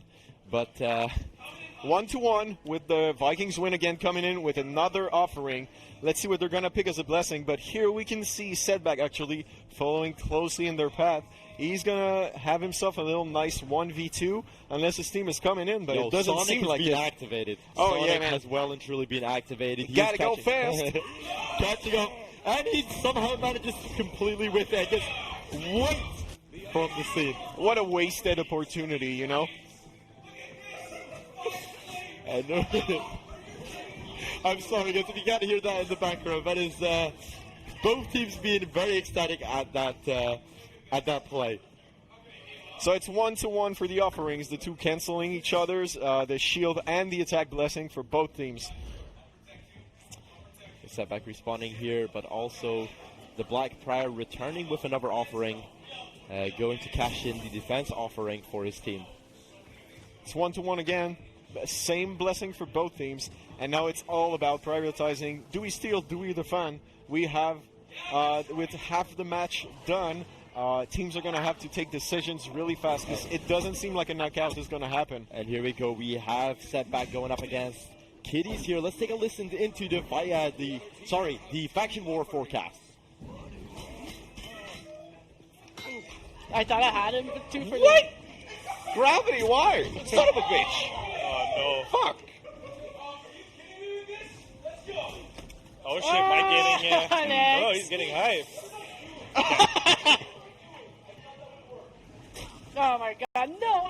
Gravity did not seem to be in his favor there. At the same time, it's always predictable. You know, that's how gravity works. Yeah. So who knows? Well, for someone that didn't pass, grade 1 physics class, you really don't expect it from Setback. He has the looks, but I don't think he doesn't have it all up in there. Oh my god. So mean. It's okay, I'm allowed to be mean whilst I'm in my comfortable position. That is true. I get completely destroyed off screen, so it's fine. We have Daddy Law here on his Highlander against Nikki. Nikki with the revenge, trying to keep those. Beautiful play nice. from Nikki, trying to stop them, but does get taken up by the Highlander there. I think that's going to be enough time for her team to come around and help her. Nuke is getting killed. 4:20 Awesome. on the clock there. Highlander going up against the Big M10. Big M10 might actually get that kill. Oh, Just beautiful. kidding. Big M10 to get a kill just doesn't go well. Pick Alex with that top heavy, out of stamina, and gets the execution. Pick Alex just giving the little push that, Michael needed to get that kill. It's okay. Yeah. With a little help from your friends, you can do whatever you want. It's true. Big shout out to Michael from using his friends. Yo, big shout out to France as well whilst we're at it. We got Nikki just once again defending the position here, defending the attack blessing for the attackers. It's proved to be a very adequate strategy, actually. It seems to work very well for her to stay. A big fight brewing here and a lot of ledges. Let's take a listen into the Vikings win again. Show some shit. Yeah! Oh, no. The whiff. Oh, no. What a massive whiff. Okay, that's okay. It was so close to greatness. Man. Here we go. I'm respawning. Okay. I see them coming. Ooh, beautiful. Look at this zip line. Look at it. It's just coming in. They're going for the attack buff. I'm gonna help you. Where are they going? Attack They're buff? here. Behind me? All right, I'm gonna zone. Okay, I'm gonna try to get the shield right now. I'm gonna zone. Yeah, I'm out of stamina. Look at this stealth up. Look at it. No one notices. Zone him. Well, if you scream like that, they're gonna know. I got it. This is the closest game that we've seen between the Vikings win again and you know what? I'm gonna change it to WFW. It's too long. I don't like it. It's fair. It's fair. Sebak comes up with all these ridiculous names. I don't appreciate them. He named both teams? Yeah, well, I'm pretty sure he named his other team in the previous season as well, and it was equally as long and as Mimi, as some would say. I can't believe I just said Mimi. So, it's okay. I'm disgraced. I'm sorry. It's now recorded forever. 2 minutes left to the match. It's 2-1 for the Faction War forecast. Let's see if the Vikings win again. Can actually Vikings win? Well, they're one blessing down. Oh, the execution nearly came out there from Kitys on Daddy Law. He does proc revenge, gets the guard break. And as Can they he get say, the heavy in? he tried it. He did try, everybody does love a tryer. Nice guard break there from Kitys, goes for the wall splat into that top heavy, getting the execution. Healing his teammates by the same occasions. And they're beautiful. A great use of the actual second feat there. The third blessing is about to be docked for the defending team, But they are losing the defender's blessing. Oh, and it's going to be interrupted, and they're going to go into knockout phase with 40 seconds left on the timer. Even if they do get out of this knockout phase, the timer is running down slowly but surely. 1 minute left, and what they have to do right now is at least equalize the offerings or just get more. I think they're going to do this, okay? I think they might have the ability to do this, okay? It's now 1-0 with one coming in the defender shrine. And there we go. We might have some overtime, baby. If they can take this to overtime, they might win. Oh, the revenge has been procced there from the big M10 going up against Daddy Law's Lawbringer. Nice. Vikings win again. We'll have to steal one of those offerings as soon as they can. Let's see if Michael can, activate that stealth he keeps talking about. He's stuck in this fight with a setback, which is one for the ages, let's say. Stealth ops operations, my guy. Stealth op operations. Raw dodge heavies, man. So that's how we you got do it. 6 seconds on the clock. Kitty's getting the execution on Daddy Law. Can they proc overtime? Can they pick out one of the blessings? Oh, right on time, he starts interacting, going into that grace period, gets interrupted, and it's a defeat. Oh my god. Commiserations for Factions. Come on! Win again. But the forecast looked clear there for Faction War forecast, and they pick up the victory with an all-sweep, wiping them 4-0. Perfect day. Perfect day for them. Perfect day at the office, you know what I mean? Oh, yeah. Commiserations. I've really just lost my breath there after that ending. I really wish they could have used that grace period for when you actually, because it stops the timer right at 0 when you actually pick out that offering, and they could have used that time to just maybe clear the space. But it seems at last the the fight, it was too thick. There was too many people over there. The faction war forecasts are triumphant in the end. Of course, no, they don't win any steals. They don't win any kicks. All they win is the glory of being the better dream team. Oh yeah, and you want this, Yeah. That's what you live for. It's bragging rights till the next season. I always feel, you can hold sure. it. You can use it in your stream titles until next season. I feel like. Yeah, and for the devs, it's just going to be bragging rights forever, right? What they don't tell you is that the dev team that loses, they actually, it's over. That's it. Yeah. Contract.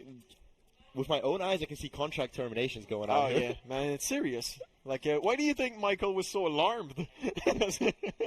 I get it. Michael just walked by, and he, I did look at tears in his eyes. So. Yeah, no, but he did say you guys are doing the best job I've actually ever seen in a caster ever. Of course, he's always passionate. That's what his eyes are saying. Yeah. And then now we're going to be following with another segment where we get to talk to the community about how they feel about the changes, and just get to know about how they're feeling after those games that we just played. Oh yeah, for sure. Let's see what they think. Okay, let's cut over to Luke, but right before that, guys, thank you very much for listening to myself, VividNaz, and Guillaume. If you want to find me, guys, I'll be on Twitter at VividNaz. And Guillaume, you shouting out anything? Shout out to making games and playing them. That's what I do. Amazing. He loves the art that he's part of. Now we're going to cut over to Luke Deshane, who will be conducting the interviews with the community. Thank you very much for watching, guys. Hey, we are back. So Michael Anthony promised mediocre gameplay earlier, and mediocre it was.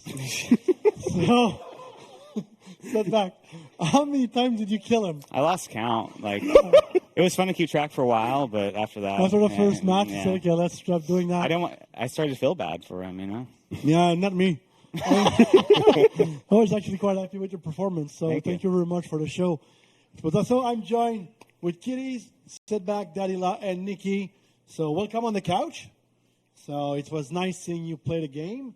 So how was it for you? It's not your first time in Montreal, so It was great. Nuke carried them for this game in particular. So oh yeah, it's been great. Funny thing, and yeah, because you're 0-4 today, so it was Nuke. Well, yeah, but you have Michael Anthony on your side, so it can balance. What about you, Nikki? It's your first time in the studio.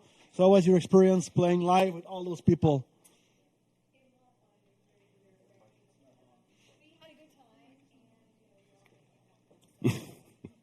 I don't. First, he killed Michael Anthony and he brought us Taffy. So, so there's no reason to hate him. So what about you guys? You are the big winners today, 4-0. It's absolutely incredible. What was your strategy apart from killing Michael Anthony? That was it. Yeah. That was our only strategy. Yeah, because he's a morale center of the other team, and he's very angry and very emotional. But that's why we love him. But that's also why we picked on him too. So. What did Dadila? How was it today? First time. Easy games. Easy games. Oh man, that's mean. That is mean. What do you mean? But no, it's first time in Montreal and a brilliant experience. So it's a brilliant experience. Wonderful. The new hero was top tier. So you had a chance to play? I played it for one tribute game, I'm pretty sure. Sakura. Yeah, the end just heard. So who played Sakura? You all did? You did? We all did. Yep. So how was it? Maybe starting with you. It was fun. That tier 4 feat is really fun. Oh yeah, you killed the commander. I saw that at one point. It was awesome. Yeah, I really liked the moveset, and in the Chaos of 44, the hyper armor is really nice. You can trade pretty efficiently. So yeah, I think it's a really cool character. I really like the unique feats they have. I really like the aesthetic a lot. So it was a lot of fun. What about you, Nikki? Now that your mic is working. Yeah. It was just, we were very nervous, but it was a lot of fun. Everyone was having a good time. And did you play with the Hitokiri? I mostly practiced playing against her since I wasn't going to be playing her on stream. Okay. So what about you, Dadila? You tried Hitokiri or? Yeah, I put the Hitokiri for one tribute match. I personally love the animations of the heroes. It's so smooth. It's brilliant. The tier 4, the 200 damage. Yeah. It's wonderful. Absolutely wonderful. Did you get a chance to play it? I played her all 4 matches. Okay, all 4 matches. As a Shigoki main, just being able to swing hyper armor heavies is a dream. So, it was awesome. Cool. So before we let you go, maybe a special shout out, we can do any shout out you want to your crew. Yeah, I'm just going to say love the stream and love you, Mom and Dad. Again. Oh, yeah. Yes. About that. Well, Nikki, any special shout out before we let you go? I want to say hi to my boyfriend. I love you. And to the hood. I love you guys. Oh, that's so sweet. What about you? I'd just like to say a thank you to the whole community in general. You know, the community itself, it's wholesome, it's great. All the servers know everybody. And a specific shout out to a man that I think we all know, Lord Dem. He's personally supported a lot of the streamers in the community. Me, Setback, Kitys, Nikki, them all, in a great, great way. And he's helped us grow from that. So I'd like to give a personal shout out to you, dude. Thank you, Lord Dem. First and foremost, my family, so my wife, who's here with me. Yes, and she was really proud of you. She was cheering, yeah, kill Michael, like she wouldn't stop. And then my daughter at home, who I'm going back to soon. And then shout out to the Twitch communities, like my community, for example. But every For Honor Twitch channel that I visit has really tight-knit group, and we all trash talk each other lovingly. But it's just the Twitch community in For Honor is pretty special. And I'm a big fan of them, so I appreciate all the support. And one thing that I love, I know I've done that a couple of times. I did that to Nikki this Monday. Sometimes we'll just pop up in your stream and just say hi. And usually I'm getting a super fun reaction when I do that. Thank you for the donuts. Yeah, I brought donuts. So thank you very much for your participation today. It was great having you. So right now, I know a lot of you have been waiting for that moment. We are talking about hero improvements with the Lawbringers and the Raider, right back after the show with the one and only Michael Anthony.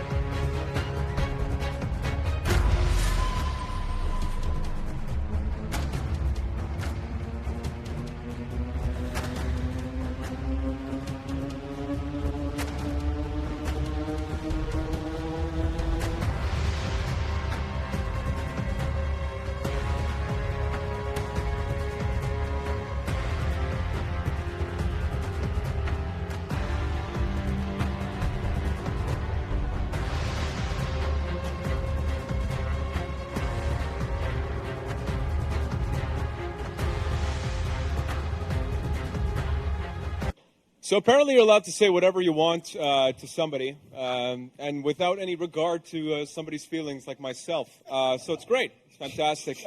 We're back with our friends Stefan Jawinski and Francis. I really don't like you right now because, Jesus. All right, let's get into it. With this new season, we have hero improvements. We're talking Lawbringer. We're talking about the Raider. Let's get right into it. What are you guys going to present to us first? Lawbringer, please. All right, perfect. Yes. Selected. Perfect. Season of the Axe continues, I guess, right? Yes. So versatile weapon becomes more versatile. Is that what we're saying? Is it accurate? That's exactly the goal, right? Like, be more versatile. So what are Lawbringer's good things and problems right now? On live, shove on block is a huge problem.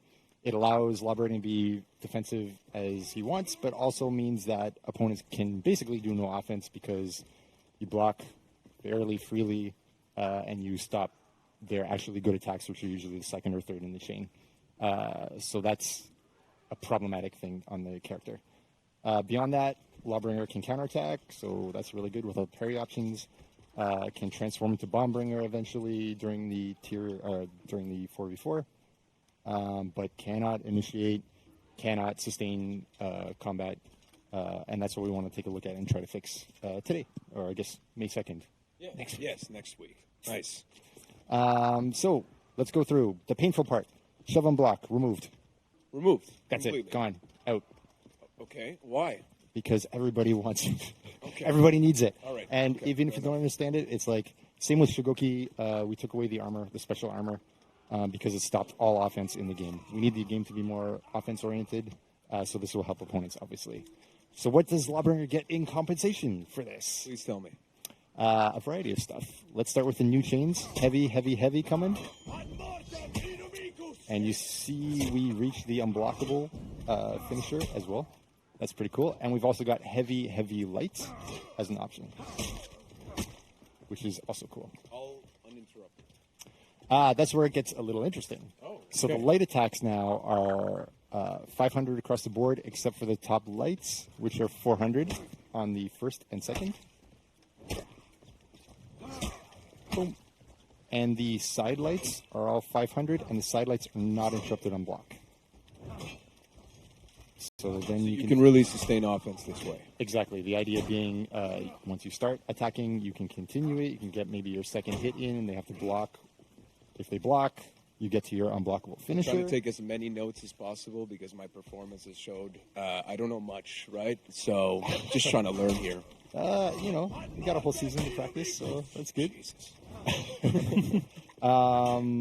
What's important? There are a bunch of arcane routes to get to the finisher. Sometimes you get unblockable depending how you got there. Sometimes you wouldn't, depending how you got there. We want that to be the big goal of the character. That's why the side lights are not interrupted on block. That's why the top light is pretty quick. All that kind of stuff. So that's what's going on there. Swift Justice finisher. Let's jump around the character a little bit. After any top heavy finisher, or do you want to parry or top heavy finisher, right? Yeah. Light. Perfect. So you get that there now, which is pretty cool. Other switch, long arm and impale, impaling charge or parry impale. These can both be interrupted by players in the same way that Shigoki's Demon Embrace or Highlander Caber Toss can be interrupted by players. This is an important thing. We've seen this with those characters be very successful in that the ganking is still effective with Shigoki or Shaman or something like that. But it's a little bit less annoying than it is on live right now, where an impale or something like that or a long arm basically guarantees death as all of your teammates hit this victim and they can't do anything, you just die. So here it at least means there's a little more skill involved in that. So that's really cool. I think shove. Shove. Live Lawbringer used to have a weird mix-up where, like, you could throw a light and they couldn't block it, but you could dodge, but the guard break would catch you, so it was this weird, like, thing. It wasn't that good either. So now we're trying to give shove a regular bump reaction, which means that you get the light after it. It is counted as your second light in the chain, so you're seeing him do shove, light, and he can get to his heavy unblockable finisher, which is kind of now the game plan on the offensive side for Lawbringer. And so when you're bringing these changes to a character, how difficult is it to kind of make sure that you're keeping the identity of the character itself? So we think that's critical. I mean, like, that's why we talked about at the beginning, like, we think of Lawbringer as a defensive powerhouse. Obviously, I mean, shove and block was the epitome of that, but the parry counters are really the star of the character. The Bombbringer aspect, we keep that, of course, but you see the bit of the attempt to have a mix-up on live, and now we're trying to get that stuff working. So it's really keep the special core of the character, and then bring those aspects that are lacking a little bit. We can maybe talk a little bit, since we're talking about the core of the character, the parry changes. Sorry, we're just going to jump ahead. Francis is going to have to randomly jump all over the place. I'm going to do heavy, and he's going to parry it. Light is still good. Top heavy unblockable against the light is guaranteed, and you get the light riposte or light extra hit after that. And the new fun stuff. Make way is now super armored unblockable. Is that just after the parry, or is that always? That one's just after the parry. Okay. Yeah. So that's pretty cool, and should help with what Lawbringer really wants is that I get my parries and I can do something cool.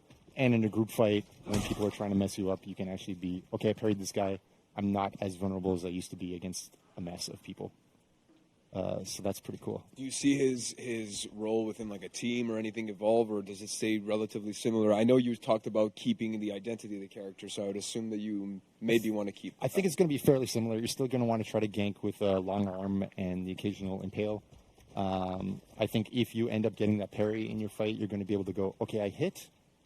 The light, oh, I'm sorry, parry light goes to your second light. So you can continue the chain. I'll throw a heavy for you. You can. Which one? Light. Yep. So parry. Excellent execution, by the way. Thank you. Thank you. Light riposte can go to your second light in the chain before it could only go to the second heavy in the chain and the first light in the chain. This helps you get a little further into the chain to get to that finisher, of course. Let's jump back to shove real quick because there's some stuff different on that. Shove in the chain now has armor, is now 500 MS. What else does it have? It gives you the free lights, and it can be done after any heavy, on hit, on miss, or on block. And here you see miss, and you got to shove. And you can do it on block, whatever you want. So you can be a bit more creative in what are you going to throw, and really we want to see Lawbringers go, okay, I got a hit, let's throw a second attack of some kind and keep it going. So as opposed to before where you felt that the character was lacking that opportunity to do something, it was just more standing back, blocking, that was it? Definitely, okay. Definitely yes. You would get your one free hit from whatever punish, and then you stop. Okay. But now we want Lawbringers to keep going through. Is that the long and short of Lawbringer? Yep. Cool. And obviously we're going to have the patch notes ready to go next week where you guys will be able to revisit all of these details. We can head in right into the Raider, who's also gotten some love for this season, correct? Let's do it. So he's been getting demolished, but now it's his turn to demolish the Lawbringer. So yeah, let's take a look. Swapperoonie. So why do we pick Raider? What do we want to do on Raider? Kind of some similar stuff. Raider has some difficulty initiating, let's say. Has difficulty sustaining combat. Can counterattack with dodge guard break, for example. Can do out of stamina bullying with showing you Raider's Fury, sometimes feinting it, pouring you back into the wall, and can gank in group fights and so on, right? That's what Raider's doing right now. Again, we want to see the initiation be improved, and again, we want to see the ability to go through the chain and make some choices about why do you go through the chain rather than always going to Raider's Fury. So that's roughly it. So how do we get there? We improved the chains. We had 3 on the Raider, so we're going to see light, heavy. Cool. We're going to see light, heavy. And finally, we're going to see heavy, light. And you might be noticing that all the lights in the chain are 500 MS. So that's pretty cool. You can use them as opposed to the 600 and 700 and 10,000. I don't even know. It's so long. It's been a long time since I've seen a Raider. There you go. So. And so for the below average player like myself, what difference does this make in terms of I would say honestly very little. Watching your gameplay, you're getting hit by all kinds of stuff. So I think a 500 MS versus 600 MS is not going to matter. You know, I thought I had one ally in this, and I was wrong. But please continue. Please. It's free, right? Heavy attacks. We also saw second heavy in the chains and the third heavy get super armor. This is really important for us because before you would always do Raider's Fury. What's better than an unblockable versus a normal? Nothing, right? So at least now you get to make a choice of, okay, I will want to trade with my super armor, and you have a real choice between Raider's Fury and continuing your chain through heavies. So that's pretty cool. Heavies also get a big buff. All heavies through the character, including the zones, can be feinted to guard break. So soft feinted to guard break, you see there? That got me a couple of times. Yeah. I watched Alex use it quite a bit, so that was pretty cool. And what else? The stunning tap can also be, is always now 500 MS. It used to be 600 MS. That one is a pain. That one is a real pain. Look at Francis go. Oh my god. Yeah. It's all stamina flashing timing. back Yeah, right okay. now. It's good. And the variable timing is also a thing. Yes, thank you. So you can switch up when during your heavy a little bit, will you be able to launch a stunning attack? So I think you have to practice it and touch it to really feel that one. But that'll be next week, so it'll be really cool to try out. So yes, hopefully everything is dangerous now. Cool. Zone attack. You might have seen, we also have the problem with two things, like understandability and wanting to have a little more options to how do you launch your Raider's Fury. Raider's Fury is always from the right. Zone attack was always from the right. Both were 900 MS. There was a big damage differential where we had 28 and 50. We want to keep that aspect of it, but we want you to very clearly understand it's my zone attack, which is now called Raider's Storm, and that will be from the left, and that's your from neutral zone attack, whereas Raider's Fury will stay from the right, stay 50 damage, and so on. The big benefits you get are the opponent will understand this is the less damaging one, and this is a crazy damaging one, and you will understand, you'll have the ability to say, okay, from neutral, I'll be able to hit these guys, and if I'm chaining, I'll be able to hit these guys. Just a little more ability to care about your target swapped attacks. So that's super cool. What else? Stampede Charge, thank you, is now interruptible by opponents. Same thing as Lawbringer, same thing as Shigoki Demon Embrace. So it should be a little less annoying in ganks. And yet, we saw in those games, Raider was still able to be effective, and people were able to time things properly. So hope that your teammates are paying attention, and everything will be all right. Do we want to do damage on both characters? I missed it on Lawbringer. Yeah, may as well go through a little jogging of that. All right, Raider. Here we go. Second side heavy is now 35 damage, was 30. Second top heavy is now 40, was 35. Side light finishers are now 18, were 15. Top light finisher is now 22, was 15. Side heavy finishers are now 40, were 30. Top heavy finisher is now 48, was 30. And sprint attack, aka reaping charge, is now 35.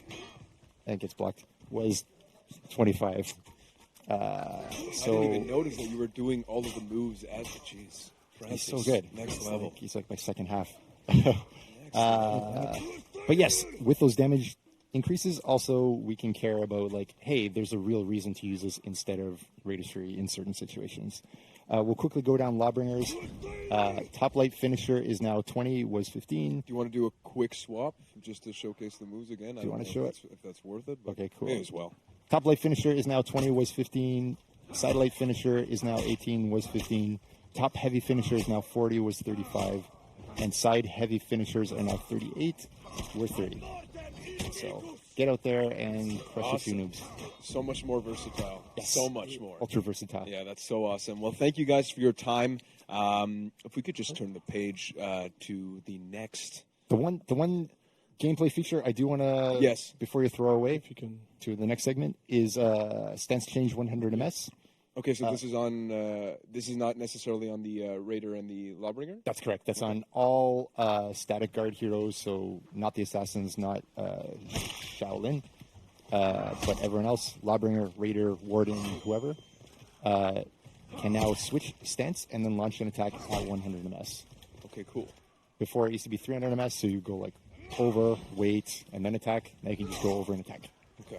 Nice. So, is there a specific reason why you guys felt the need to change that specifically? Yeah, you want to be able to throw an attack from the three sides. It's really weird to be a three stance, like trying to threaten from three stances, but these guys cannot. Mm-hmm. Assassins could, and now everybody can.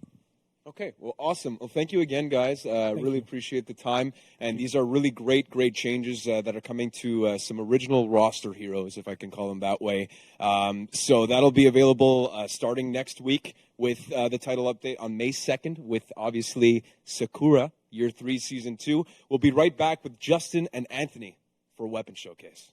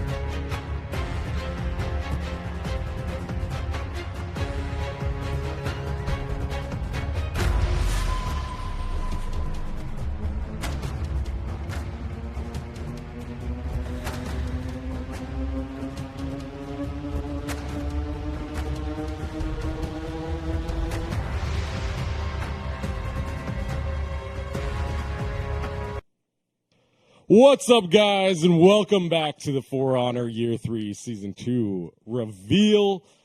We got a awesome segment coming up for you guys where we're going to be taking a look at the weapons of the Hitokiri. I got my man Anthony, texture artist, to run us through it, and Mike joins us on the couch as well. Mike, a.k.a. Mediocre Kensei, a.k.a.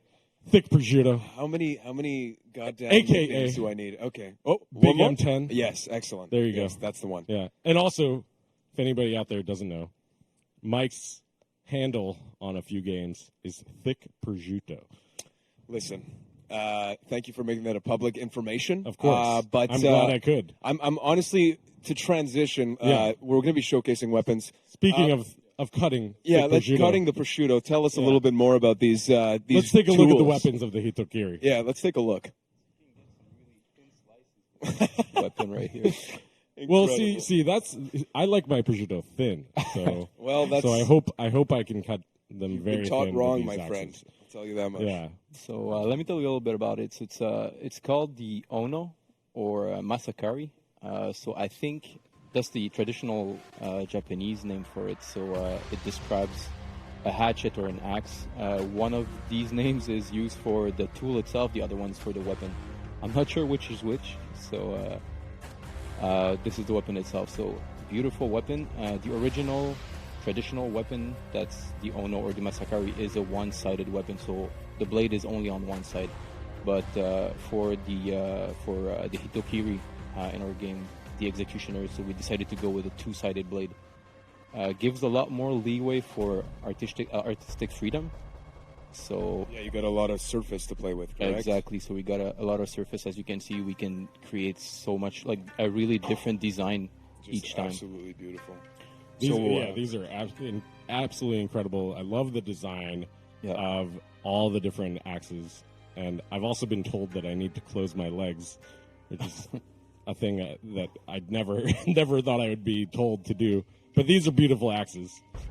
And you integrate some of the story into the axes as well, right? Yeah, so what we tend to do usually is we have the original weapons, so the basic one are more traditional looking, and then when you go higher in ranking, you'll get more of the story transcribed through the weapon itself. So it really fits with the personality of the character and the background of the character also. So you got some really representative demon figures on these weapons.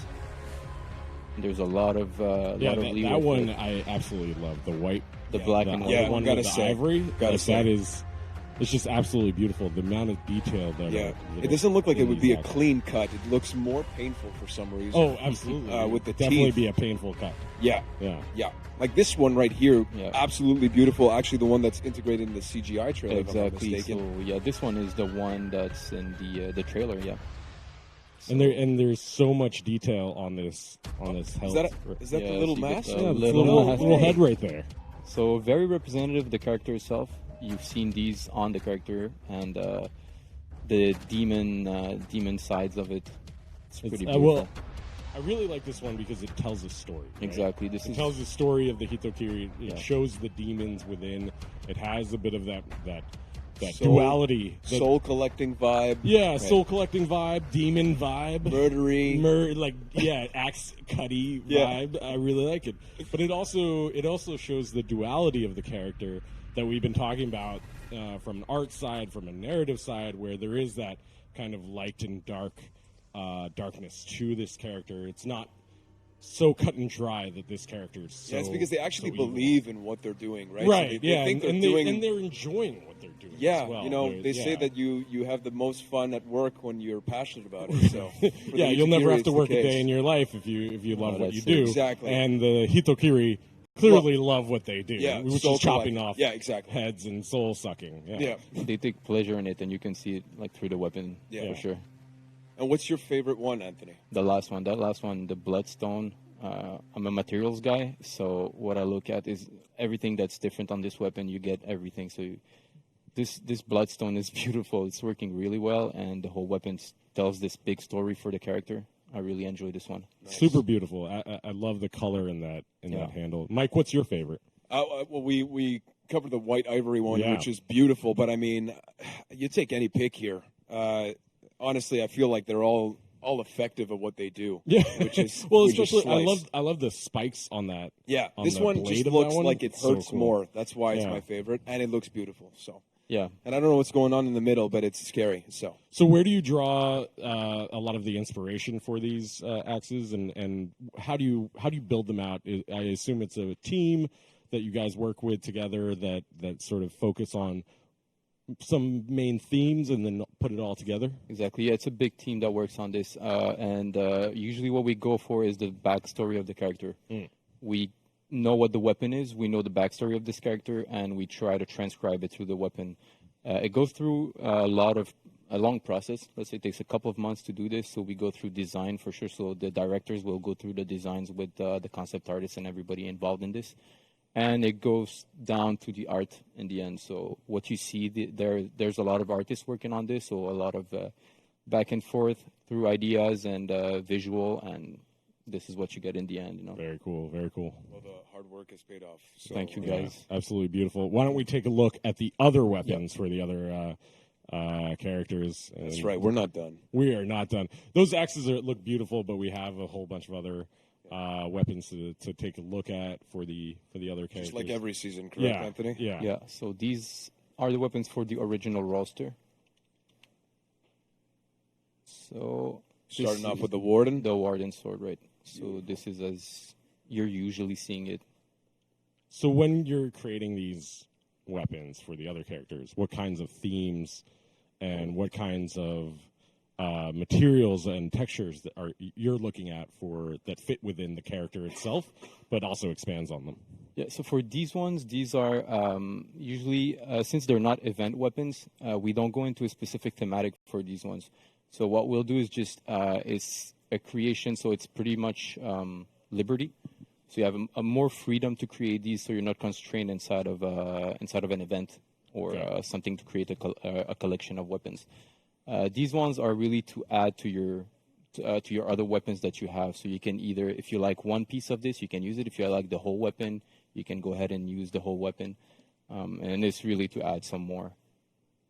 Just some more depth and creativity and beauty. Exactly. To some of their weapons. These are really interesting design here as well. It looks like the weapons have been kind of touched by ghosts or demons. And, very cool looking. We've been working a lot lately with materials, so we develop new recipes for them, and we are working with the lighting to make it like work better and better every time. I love the wood on that shield where it's all charred. Wood, It's very cool. What I also really like is that it's not necessarily every season to go, more flashy. It's more a question of what fits with the character and how does it speak to the specific mains that maybe players play. And maybe it's more of a minimalist look. Like this one here exactly. is like a relic looking thing, Right. not overly flashy, but absolutely stunning when you take a look at it from a closer eye. And when you talk about mixing materials and mixing textures to build something new, what's that process like? Do you kind of just experiment, throw a couple things out there, see what works, or do you go in with like a specific look that you're looking for? No, usually we go for something specific that we're looking for. It's pretty hard to throw something and make it work. You're not really going to find it appealing to the eye, so you want to try to find that balance for every weapon. So the colors, the type of material that you get. So as you can see here, like you've got paint and wood, then you have this copper. Then you have the amber on top there. It's just a little tiny touch, but it makes it pop. It just finalizes the thing. Then you get these little details like these engravings on the handle. So every little detail is pretty much like trying to find the balance for the whole weapon. Nice, very cool. Really this nice. one has team color applied on it, so this will vary whenever you change from attacker, defender, you're in duels. Exactly. Depends on your color swatch. So when you get this weapon, you'll have some team color applied to it. Absolutely beautiful. I love the textures that you put on the blades as well. Yeah, this is just makes it look like you can tell like this is a heavier weapon. You can tell which weapons are lighter. It's just the attention to detail makes all the difference. Yeah, and you really can feel the craftsmanship on it. Like Yeah. you can see that these weapons were made by by expert blacksmiths. Yeah. Really honing their craft. It's that's so nice. cool. Yeah, that's nice that you say this because this one looks like hammered metal. So it looks like somebody took its time to really with all etch the that weapon. engravings Yeah, as well. exactly. These ones had a little bit of an inspiration, a special inspiration. I love the hilt on that one. Yeah. It's That's something for the Kensei, called correct? that's for the Kensei. It's something that's traditional Japanese that's called inro. So what they did is they took like a certain container, they made it from wood and lacquer. It's a lacquer wood. It's a beautiful black lacquer wood, and they would have pearl inlay in it. And we got inspired from this to create this. So the samurai weapons that you see here. Really, really nice. Yeah, it looks incredible. You can see I love the subtlety on some of these weapons too. This one is great. Really, This one, you get a lot of space to work on, and you'll see that this pearl inlay that I was talking about is really wow. takes. It is really alive on this one. Wow. That's so pretty. Yeah, It's like a really beautiful murder weapon. You'll be like looking at it and you'll be like, oh, this is a gorgeous. Nice. At least this is beautiful. Yeah. as it hits you in the face. I don't know if it'll be clean though. No, it won't be clean at all. Be very dirty. What a shame. And we got the Woolen's weapons. So you really just try and keep the weapons close to what the characters are about and who they are. Personality, but really, keeping within the personality, but exactly. And their faction, of course, but And adding in that sort of theme of the Hitokiri. And the whole goal is really for the players themselves to kind of mix and match and tell their own story with all of this, correct? Right, You know, so- exactly. So if you have like this one character in particular, it always has his signature, and then you can mix and match for what you're looking for on the weapon itself. So you got something that's more frivolous, and you got something that's more tamed down. So you can really create your own look for it. Absolutely breathtaking. Those are awesome, man. Thank you so much, Thank you, Anthony, guys. for running us through that. That's really beautiful. Coming up right next, right now, don't go anywhere because we got arcade updates with Phil, and Mike's going to stay on the couch with you guys. Yes. And that's coming up right after this.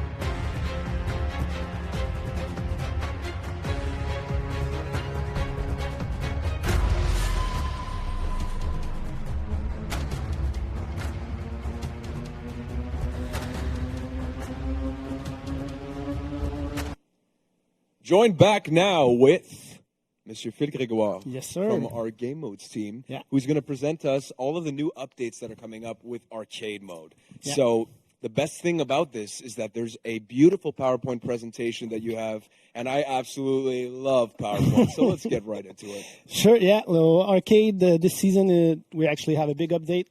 It's quite cool. So I'm going to go over with you guys what we have for you. First of all, we had an overall, two goals for this season. First of all, we wanted to improve some of the accessibility of the arcade mode. And, of course, the big one is we wanted to address the difficulty. These two topics, we got a lot of feedback on them through the last few months on Reddit, the forums, and everything. And so for this season, we had time to address some of those feedbacks. So we'll go through them with you guys. About the accessibility, so this is all about how do players access the content, what content they can play in arcade, and just like the ease of understanding everything that's going on. And before you get into the actual changes, is there a reason specifically why these were the two main kind of pillars that you guys wanted to address? Clearly, it's mostly a matter of like the volume of feedback that we've received. There was a lot of other things that we could have done, but these two topics were especially true for so that we can really improve arcade right from the start for this season, and then we can see if some other topics that we wanted to tackle are still going to be relevant or not, maybe after this kind of update. Okay. So these two can change a lot about what the player's perception is going to be on the arcade mode. Awesome. So the first thing that we've done regarding the weekly quest, so this is one of the examples of the quests that we've had in the past, and with the magic of PowerPoint, we're going to get an update. Oh, what a smooth transition. Wow. I'm sure you're proud of me on that. That's actually very professional. So what we did is that we've reduced the recommended gear score of the weekly quest to 108. So we basically went down full gear rarity. Before it was 162, now it's 108. So we've done that especially to make it so that more players can enjoy this content. It was being at 162 reduced a lot of the amount of players that could access the content. Yeah, so you're lowering that entry to barrier, basically. Exactly. That's what we're doing. And at the same time, by doing this change, we're actually reducing the overall difficulty of the weekly quest, because the gear score that you bring in has debuffs or buffs depending on the score you have when you go in. So now if you're 180 and going in 108, then you're going to get more buffs than you were before. So we are rewarding you for having brought your character full gear way more than before. Awesome. The next one is a small user interface update that we did. So we added the objective of the chapter during the loading screen and as a pop-up message when the chapter starts. So this is basically because in the past we've added 2 new objective types in arcade for the weekly quest. We've added a survive, like we see here, and we've added the kill target objective. So with these 2, we now have 3. So the default eliminate everybody, the survive and the kill target. The problem that we were facing is that you wouldn't know which kind of objective you were going to face until the actual encounter starts. And we all know that sometimes the encounters can start right away. Right away, and yeah. So you got to be ready to go. Exactly. You can have a bot right in your face from the start. So we wanted to give players a chance to actually know what's going to happen. Yes, Mentally prepare, yeah. Okay. So we have it in the loading screen right here, like we see, survive at the top left. And then we get this pop-up that appears that is bigger than the objective text, so that you can quickly catch it with your eyes, and then it disappears so that it's not in the way anymore. Nice. So those are our 2 main topics that we address for accessibility. Now we're going to move on to the difficulty, which is a pretty big one. So basically, if we go right to the point, we've rebalanced the whole impact of the player's gear score regarding the rarity levels when they're playing both random arcade and weekly quests. Beautiful sentence written here. What does it actually mean? Please elaborate. Yes. It's quite simple. Players before they bring a gear score into one of the 5 different difficulty levels we have, and they're getting buff or debuffed based on that. So if you're under the gear the recommended gear score, you're getting debuffed. You're getting penalties to both damage output and damage input.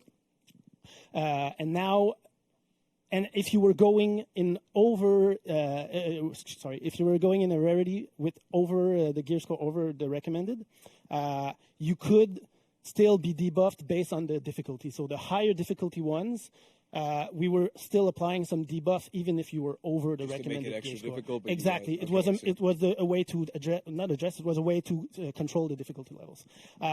We really saw through the data that was too much. Those 2 last difficulty levels, so the epic and the legendary ones, were really too hard. We were seeing that people were not completing them as much as we wanted.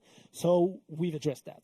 Right away, what now is the impact for a player is that no matter what the rarity quest he's going to go in, if you're under the recommended gear score, you get penalties like before. If you're on par, so if you're right on the good amount of gear score you need, no penalties at all. And if you're above the recommended gear score, you'll always get bonus to damage dealt and damage received. And so for those people that aren't necessarily that familiar with arcade, but that means basically for Legendary, you only have two options. You have on par or below. Actually, no, because in the Legendary quest, the recommended one is 144 for the recommended gear score, and you can actually reach 180 if you craft your gear up to the max. I see. So we can actually, in that case, also gain a lot more damage output to increase your effectiveness in those quests. Okay, awesome. So that really changes the whole game for arcade in terms of difficulty. That's applied for all the rarities, so everything is going to get shifted down a bit. So hopefully we're going to see a lot more people completing quests overall. And what this has as a side effect, let's say, it's a change that we did, is that to compensate for that big of a change in difficulty, we're actually going to give a little bit more health to bots as the difficulty levels go up. And they're also going to gain a slight attack boost. So they're going to deal a little bit more attack than they were before. So that's just to compensate for that big difference in how the player is getting buffed or debuffed depending on the gear score he brings in arcade. Awesome. Yeah. And the other thing we've done for the arcade mode as a whole is that we've addressed one of the big issues we had with bots where sometimes they can be impenetrable. So right now, you're going to see bots that are much easier to attack, to chain, to apply your special moves and everything against. So that goes for block, dodge, parry, deflect. They are much less effective than before. So this is, I guess, in relation to what the players want and what the shift is in terms of the meta, which is, you guys want to promote attack more than just defense, right? Yeah, it's the same kind of issues that the fight team is facing with the meta in player versus player game modes, and it's a thing that we wanted to address as well in arcade. And then we can see it as a potential test bed for bots in PvP as well. If player feels that arcade is a good spot for bots right now, we may go for it and try to test these changes in PvP as well down the line. Awesome. And so, the last thing I have to share with you guys today is about the weekly quest rotation. So every week up to now, every week we had a new weekly quest that was offered to the player. Starting this season, we're actually going to start reintroducing old quests that we've did, so previous quests that were there before. But we will still be doing new quests, that's for sure. So every season there will be a selection of new quests that will come in for the whole community. But you will see those previous weekly quests that we've done come back. And that changes is mostly to make us give us the ability to work on content like we're doing right now, like updating the arcade mode as a whole and not just tackling always new stuff. Yeah, absolutely. And it gives the people a little bit more of an opportunity to play actually those quests if they missed one week or something. So right now it's a mentality of once it's out and it's gone, it's you a one can't and done. replay it. So it's a bit sad for us because it's content we've actually worked on. We want the players to be able to enjoy it. And like you said, those who missed it, then they could replay it. And you also have an opportunity to address any feedback on those quests Exactly, that's as well. the big thing that we can do. We, of course, can go back, see the feedback that we've received on those quests, address anything that's really major, change modifiers on bots, change the nature of some bots, stuff like that. We can do anything on those. For sure, they will keep the same narrative that's around, but we can address some of those big points that people had feedback on during those quests. So that's pretty much it for arcade, for the big things for arcade. For year 3, season 2. Exactly, for Sakura. year 3, season 2, Sakura. There you go, Sakura. Awesome. Well, if there's nothing else to add for arcade, we're actually going to have the community. I'm not sure if it's everyone, but yes, it is. So, no, it's not. Setback and Kitys, who are going to join us for a little gameplay for arcade with all of these changes that you announced. Be able to preview that, and we'll be right back with Luke, Kitys, and Setback.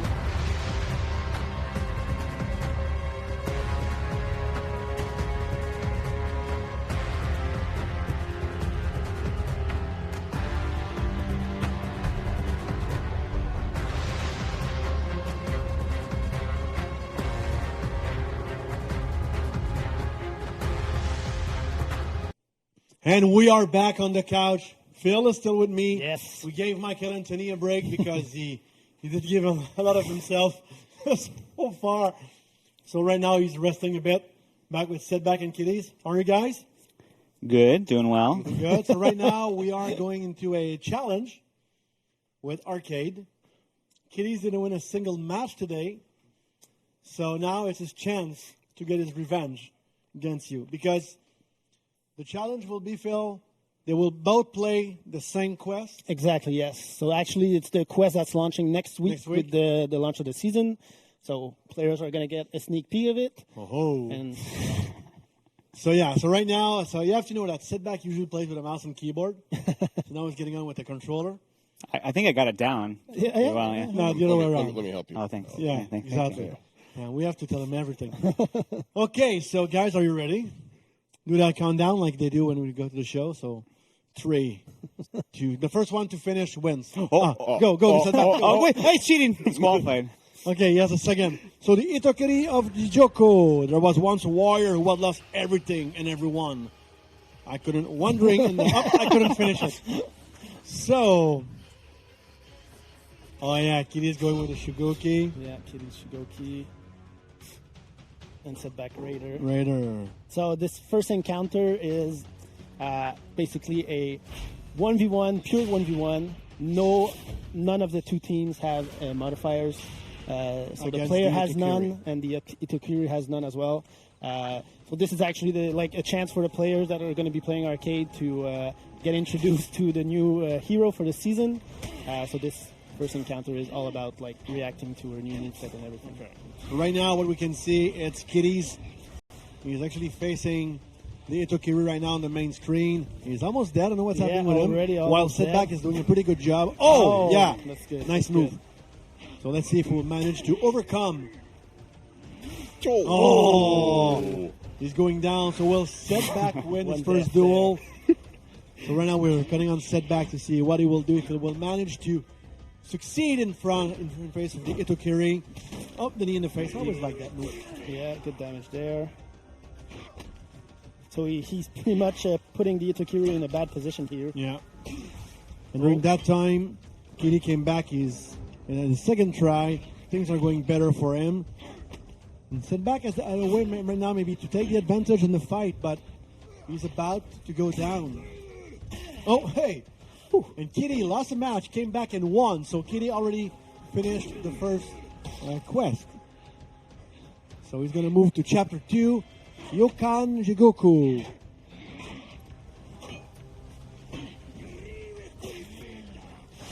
Setback doesn't have any gear, so he's going to lose. Let's restart. So we have to restart.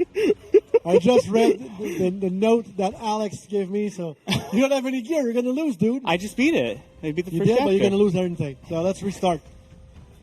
We're going to restart this. All right, let's That's what happened when you're live. Things like that happen. So we're going to restart this. And wait, does gear include a mouse and keyboard as well, or just in my character? Oh, okay. yeah, That's it's a character. So fine. yeah. Let's get out of there. So do we need any help to restart this? Or are we good? No, it should be good. We should be good, because if you're asking me to fix any technical problems, I don't know. I say if you're asking me to fix technical problems, and everybody start laughing. I don't know why is that. So maybe. Ready? If you are. Okay. You are ready? Are you ready? Do I have to go add gear? Don't go to farm. Check your barracks to go see. Okay. Okay. I should back out first. There you go. Okay, so take 2. Load out. There you we go. Okay. Right. So now you have no excuse to lose. But he actually did it, though. Yeah, he did it. Okay, so I think we're good. Yeah. Yeah, Both you bought are up there. gear. Yeah. Perfect. So go. Perfect sync. Go ahead, Luke.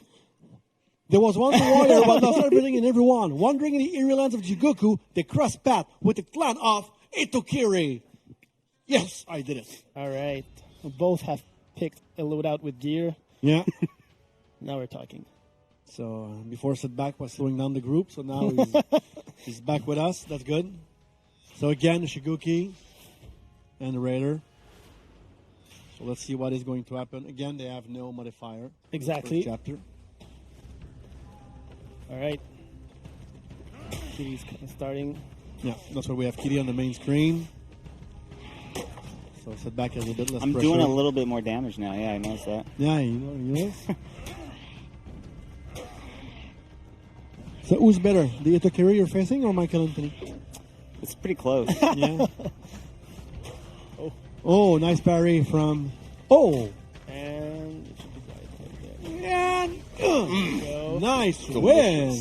All right. Shiguki just won. So Kitty just finished one chapter. That's not too bad as well. Yeah. Still, like almost full health. And here we go. Yeah. And here we go. One victory on each side. So Setback is a little bit behind. So we'll go back on the main screen with Kitties, with the Shiguki.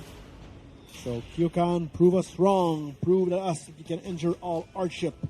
The Hitokiri shouted. There was a second line. No, I have no time to read. But maybe one of you will die. And I will have Yeah, I probably will. Now you're facing two opponents. Exactly, yeah. Two opponents, an Ibushi and still a Hitokiri. The Hitokiri has more health, the Ibushi does more damage. But the player has both of those same modifiers. And yeah, basically, Kitty's already won his. Wow, already? Yep, he went fast. He's in chapter 3, no pressure. No pressure. Chapter 3. Setback is pretty good, in good shape. He already beat the Nobushi as well. So chapter 3, maybe it's a bit fast to talk about it, but he's facing 3 opponents. Here we go. Yeah. So in this one, this is one of the new objectives that we've added in the last update. So it's a kill target. So only the Hitokiri counts for the win. If he kills the other 2, they won't actually give him any benefit. But they are going to be respawning at all times. So it's up to him to decide if he wants to dispose of them, to be able to deal with the Hitokiri more easily. But as well, keeping those 2 alive could give him some revenge and other benefits.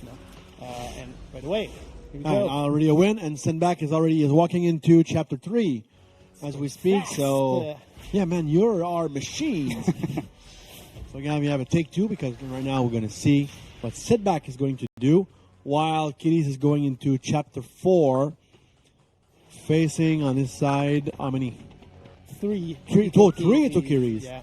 So this one, the last encounter, this is a survive. So he needs to survive 2 minutes without dying, of course. He has a lot of modifiers to help him with that. And as for the Hitokiris, they each have a different modifier, and they all have less health than before, than they usually have. Survive 2 minutes, something Michael Anthony didn't manage to do earlier today. All right, yeah. Setback just lost. To the survive. Yeah, so Kitty is about to save face. He survived 30 seconds so far. I like that shot. Rub the belly. So during the first 30 seconds of this encounter, bots are, let's say, easy on you. They don't all attack at the same time. But like right now, it's going to all change. They're going to respawn. They're going to be coming for him. So he may die more quickly than he anticipated. He's going to go into revenge. Yeah. Got one out. Yeah. So one of the modifiers in this quest is actually you get more health if you kill an enemy. I went down after 1 minute. And the same did Setback. So we have a synchronized death. Yeah, exactly. They're actually exactly one against the other. How do you switch targets on controller? You left trigger. That's why I lock on. Click. You're holding out on me, aren't you? Yeah. Okay. He's waiting for you. He's rehearsing right now. And I figured it out. Could he just run around to save time? He could, but good luck on that. In this map, there's a lot of minions that can remove some health on the player, but also bots in this kind of encounter do have a slight speed buff. Okay. So if eventually you start running around, they'll catch up. Okay. Yeah. So he survived for a minute in his first attempt. So right now he's in his second attempt. Yeah, he has the shield, but he only has like maybe 10 health. Yeah. His health is going down. He's about to kill that one. Oops, and he's down again. Yeah. So Setback. In this encounter, he does have health regen, as you can see. So he's healing over time, so he can, like we're seeing here, he can retreat, gain back some health, and eventually try to kill and his eventually opponent. die. In this case, eventually die. Like you just said. Ooh. Poor guy. Oh, and we're back with Kitys in the 4th chapter. How many chapters do we This have? is actually the last. So The there's last 4 one. chapters in the Okay. weekly quest. Yeah. I feel good about this one for Kitys. Yeah, he's facing the airy. The Hitokiri, but the this one airy is called Hitokiri. Ibiki. I love his hairstyle. I wonder how he can see through that look. Oh. Oh, nice, nice. And because of the shield, he doesn't get interrupted. So now he gained a lot of health back. Yeah. That's great for him. With the execution. Nice parry. And guess what? I killed it. Yeah, no, it's so long. Okay, you can do it. Go, setback, go. Go, setback, go. If setback can't do it, no. Oh, 48 seconds Yeah, left. Kitys is almost there. Yeah, with a good amount of health. And things are looking nice for Kitty. 40 seconds. Will he manage to survive those 40 seconds and win this chapter? He's almost to 30. Oh, things are not. Oh, 30 nice seconds. run. Yeah. Let's So go, now Kitty. he You only can has do one it. bot. You can do it. 25. Wow. Oh, and now setback is coming in. Oh, if you want to take a break, you can. Oh, man. 17. I'm stressed right 15 now. seconds. 15 seconds. 14. Oh, minion. Oh, man. 10, 9, Yeah. 8, Yeah. Oh, 7, no. 6. In revenge. 5, 4, 3, 2, 1. Here we go. Victory! Quest complete. Oh, yeah. Wow, nice job. That's awesome. While Setback is in chapter 4 right now. So he's. Do we give him a bit of. Yeah, let's give you a chance to finish that. All right. One chance? Yeah, come on. Like, No pressure.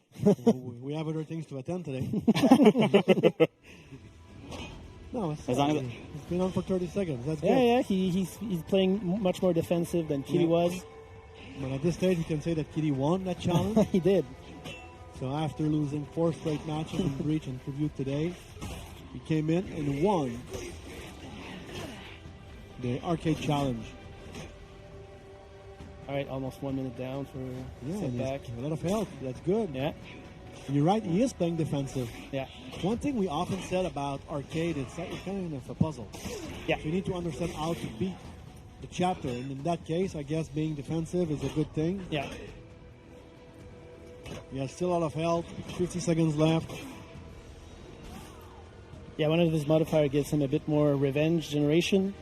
So this way he can wait for the revenge to build and go on the offensive when he has revenge, like exactly what he did right there. Yeah. And then look at this bot. Wow, so honorable. Yeah, Thank you. so honorable. Yeah. 30 So, seconds. yeah, that's good. Man, you're doing a good job. Your health's Thank you. almost full. And we almost have 2 winners. Yeah. 20 seconds left. Can you survive those 15 seconds left? Oh, yeah, you're going to Another revenge. I revenge. think, man, this is your first attempt in this chapter. And you're going to do it. Thankfully, Kitty's won because his last encounter, because you won this tournament. 3, Yep, here we go. 2, 1. And here we go. Quest job, complete. Congrats. Thank you. Man, that was tight. Like Kitty's had a head start because if not with that head start, you managed to do it in only one shot. Yeah. Even with controller. Yeah. Yeah. I held it the right way and everything. Yeah, that's good. That's good. Press the right buttons and 50% of the time. Yeah. So how is it to face like the Hitokiri like that in combat? Because before you played with the Hitokiri all of the matches, now you went back with your main and you faced the Hitokiri in the arcade challenge. How was it? A lot of cool things about Hitokiri is when you're externally blocking them, so you're focused on someone else and they're to your side. They have a lot of scary orange attack that kind of you want to react to it, right? But if you call their bluff, you get hit. So fighting multiple at the same time can get pretty dicey, I think, just because you always have to worry about, are they going to let whatever they're doing rip, and I'm going to take a huge chunk of damage, or are they going to feint it and punish my reaction, and then their teammates are going to gang up and beat me up. What about you? Intimidating. Oh, yeah? Just very intimidating. You are intimidating. Like you're with the Shigoki. You hit the Shigoki, you hear the whispers, the big damage. You're just scared. Oh, cool. Hey, thank you very much, guys. It was awesome to see you die a couple of times on that challenge. It was a really nice performance. I'm glad that we managed to do it because we tried that before and we had to cut it after 5 hours of trying. It was like, okay, let's cut that. So thank you very much. We're going to come back with our last segment of the show.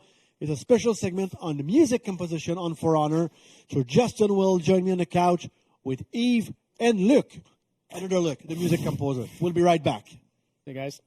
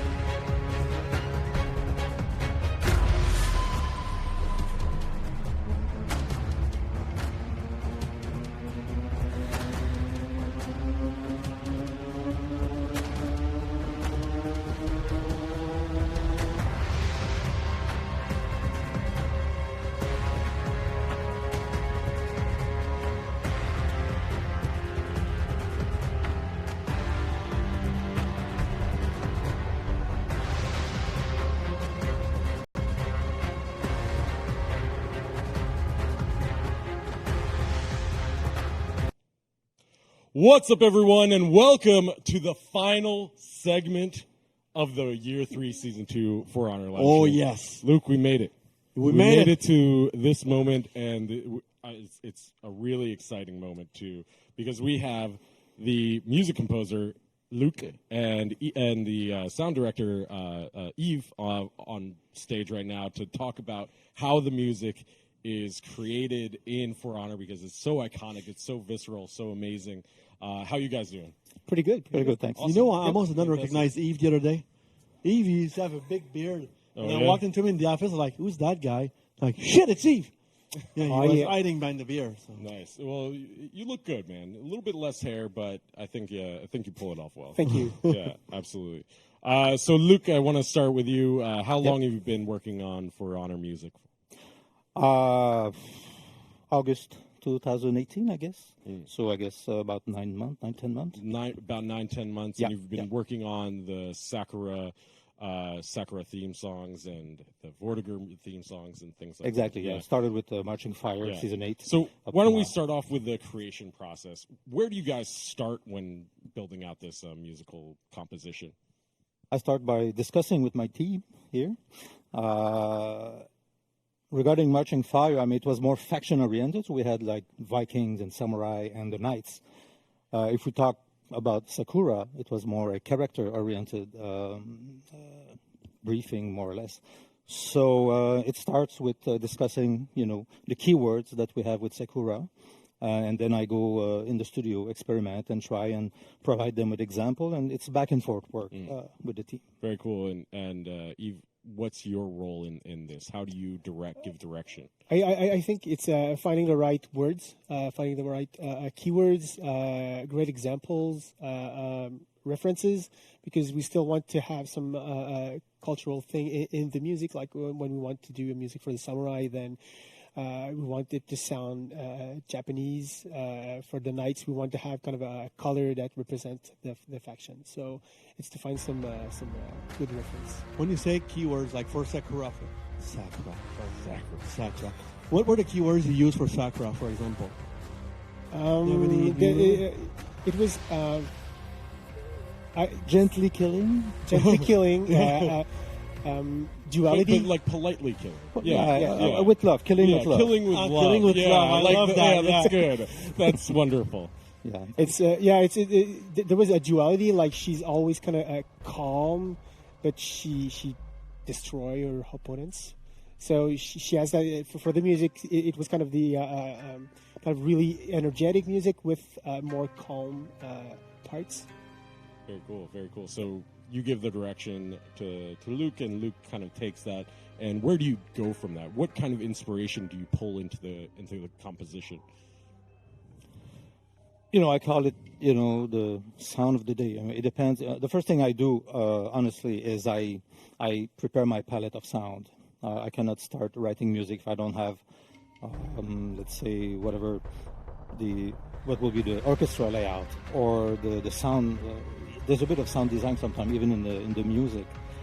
So I first go through, my sound, and I prepare a palette of colors, and then I start, composing with that.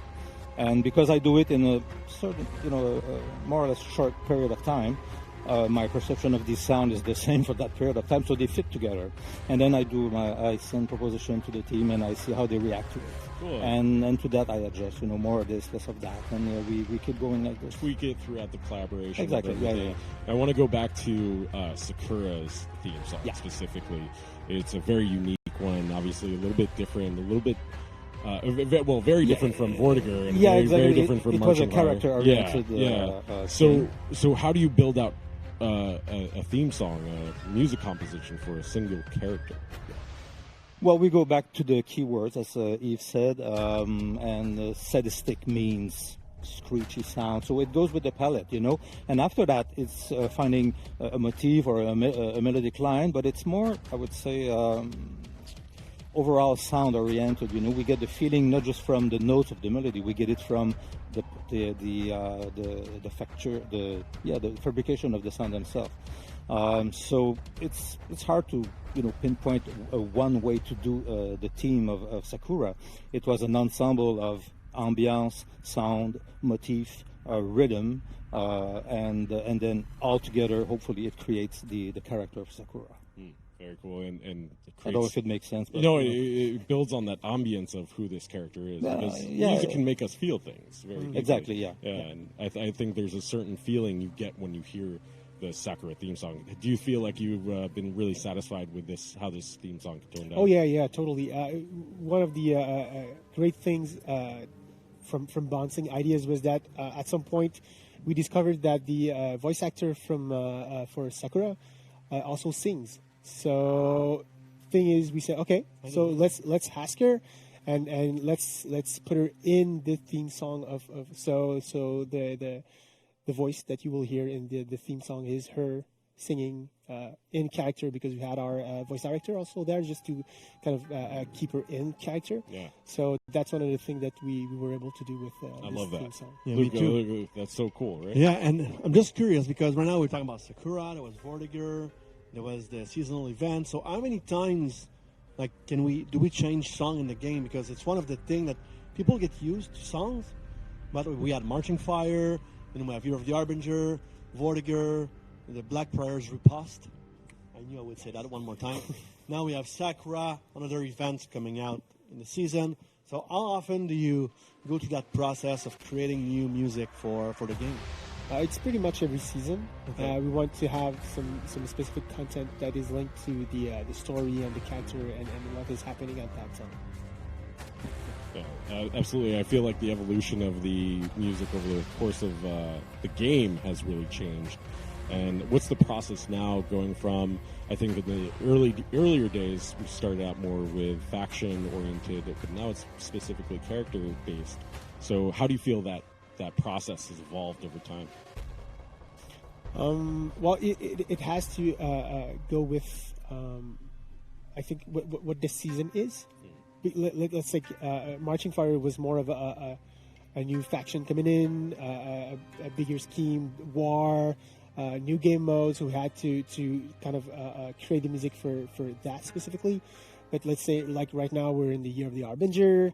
We want something a lot darker than what we were used to create before. And so yeah, it has to serve the actual theme of the season. There's one common thing though to the whole season. It's going to be very percussive. I believe this was a signature from the early days of the.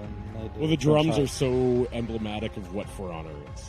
Exactly. Yeah. So no matter what we're going to create on top to create the character or the faction, there will be a common denominator to all the thing. It's going to be very percussion oriented and percussion heavy. Awesome. Very cool. Look, I'm curious. Like you, like right now we're talking For Honor, but as a music composer, what other games have you worked on?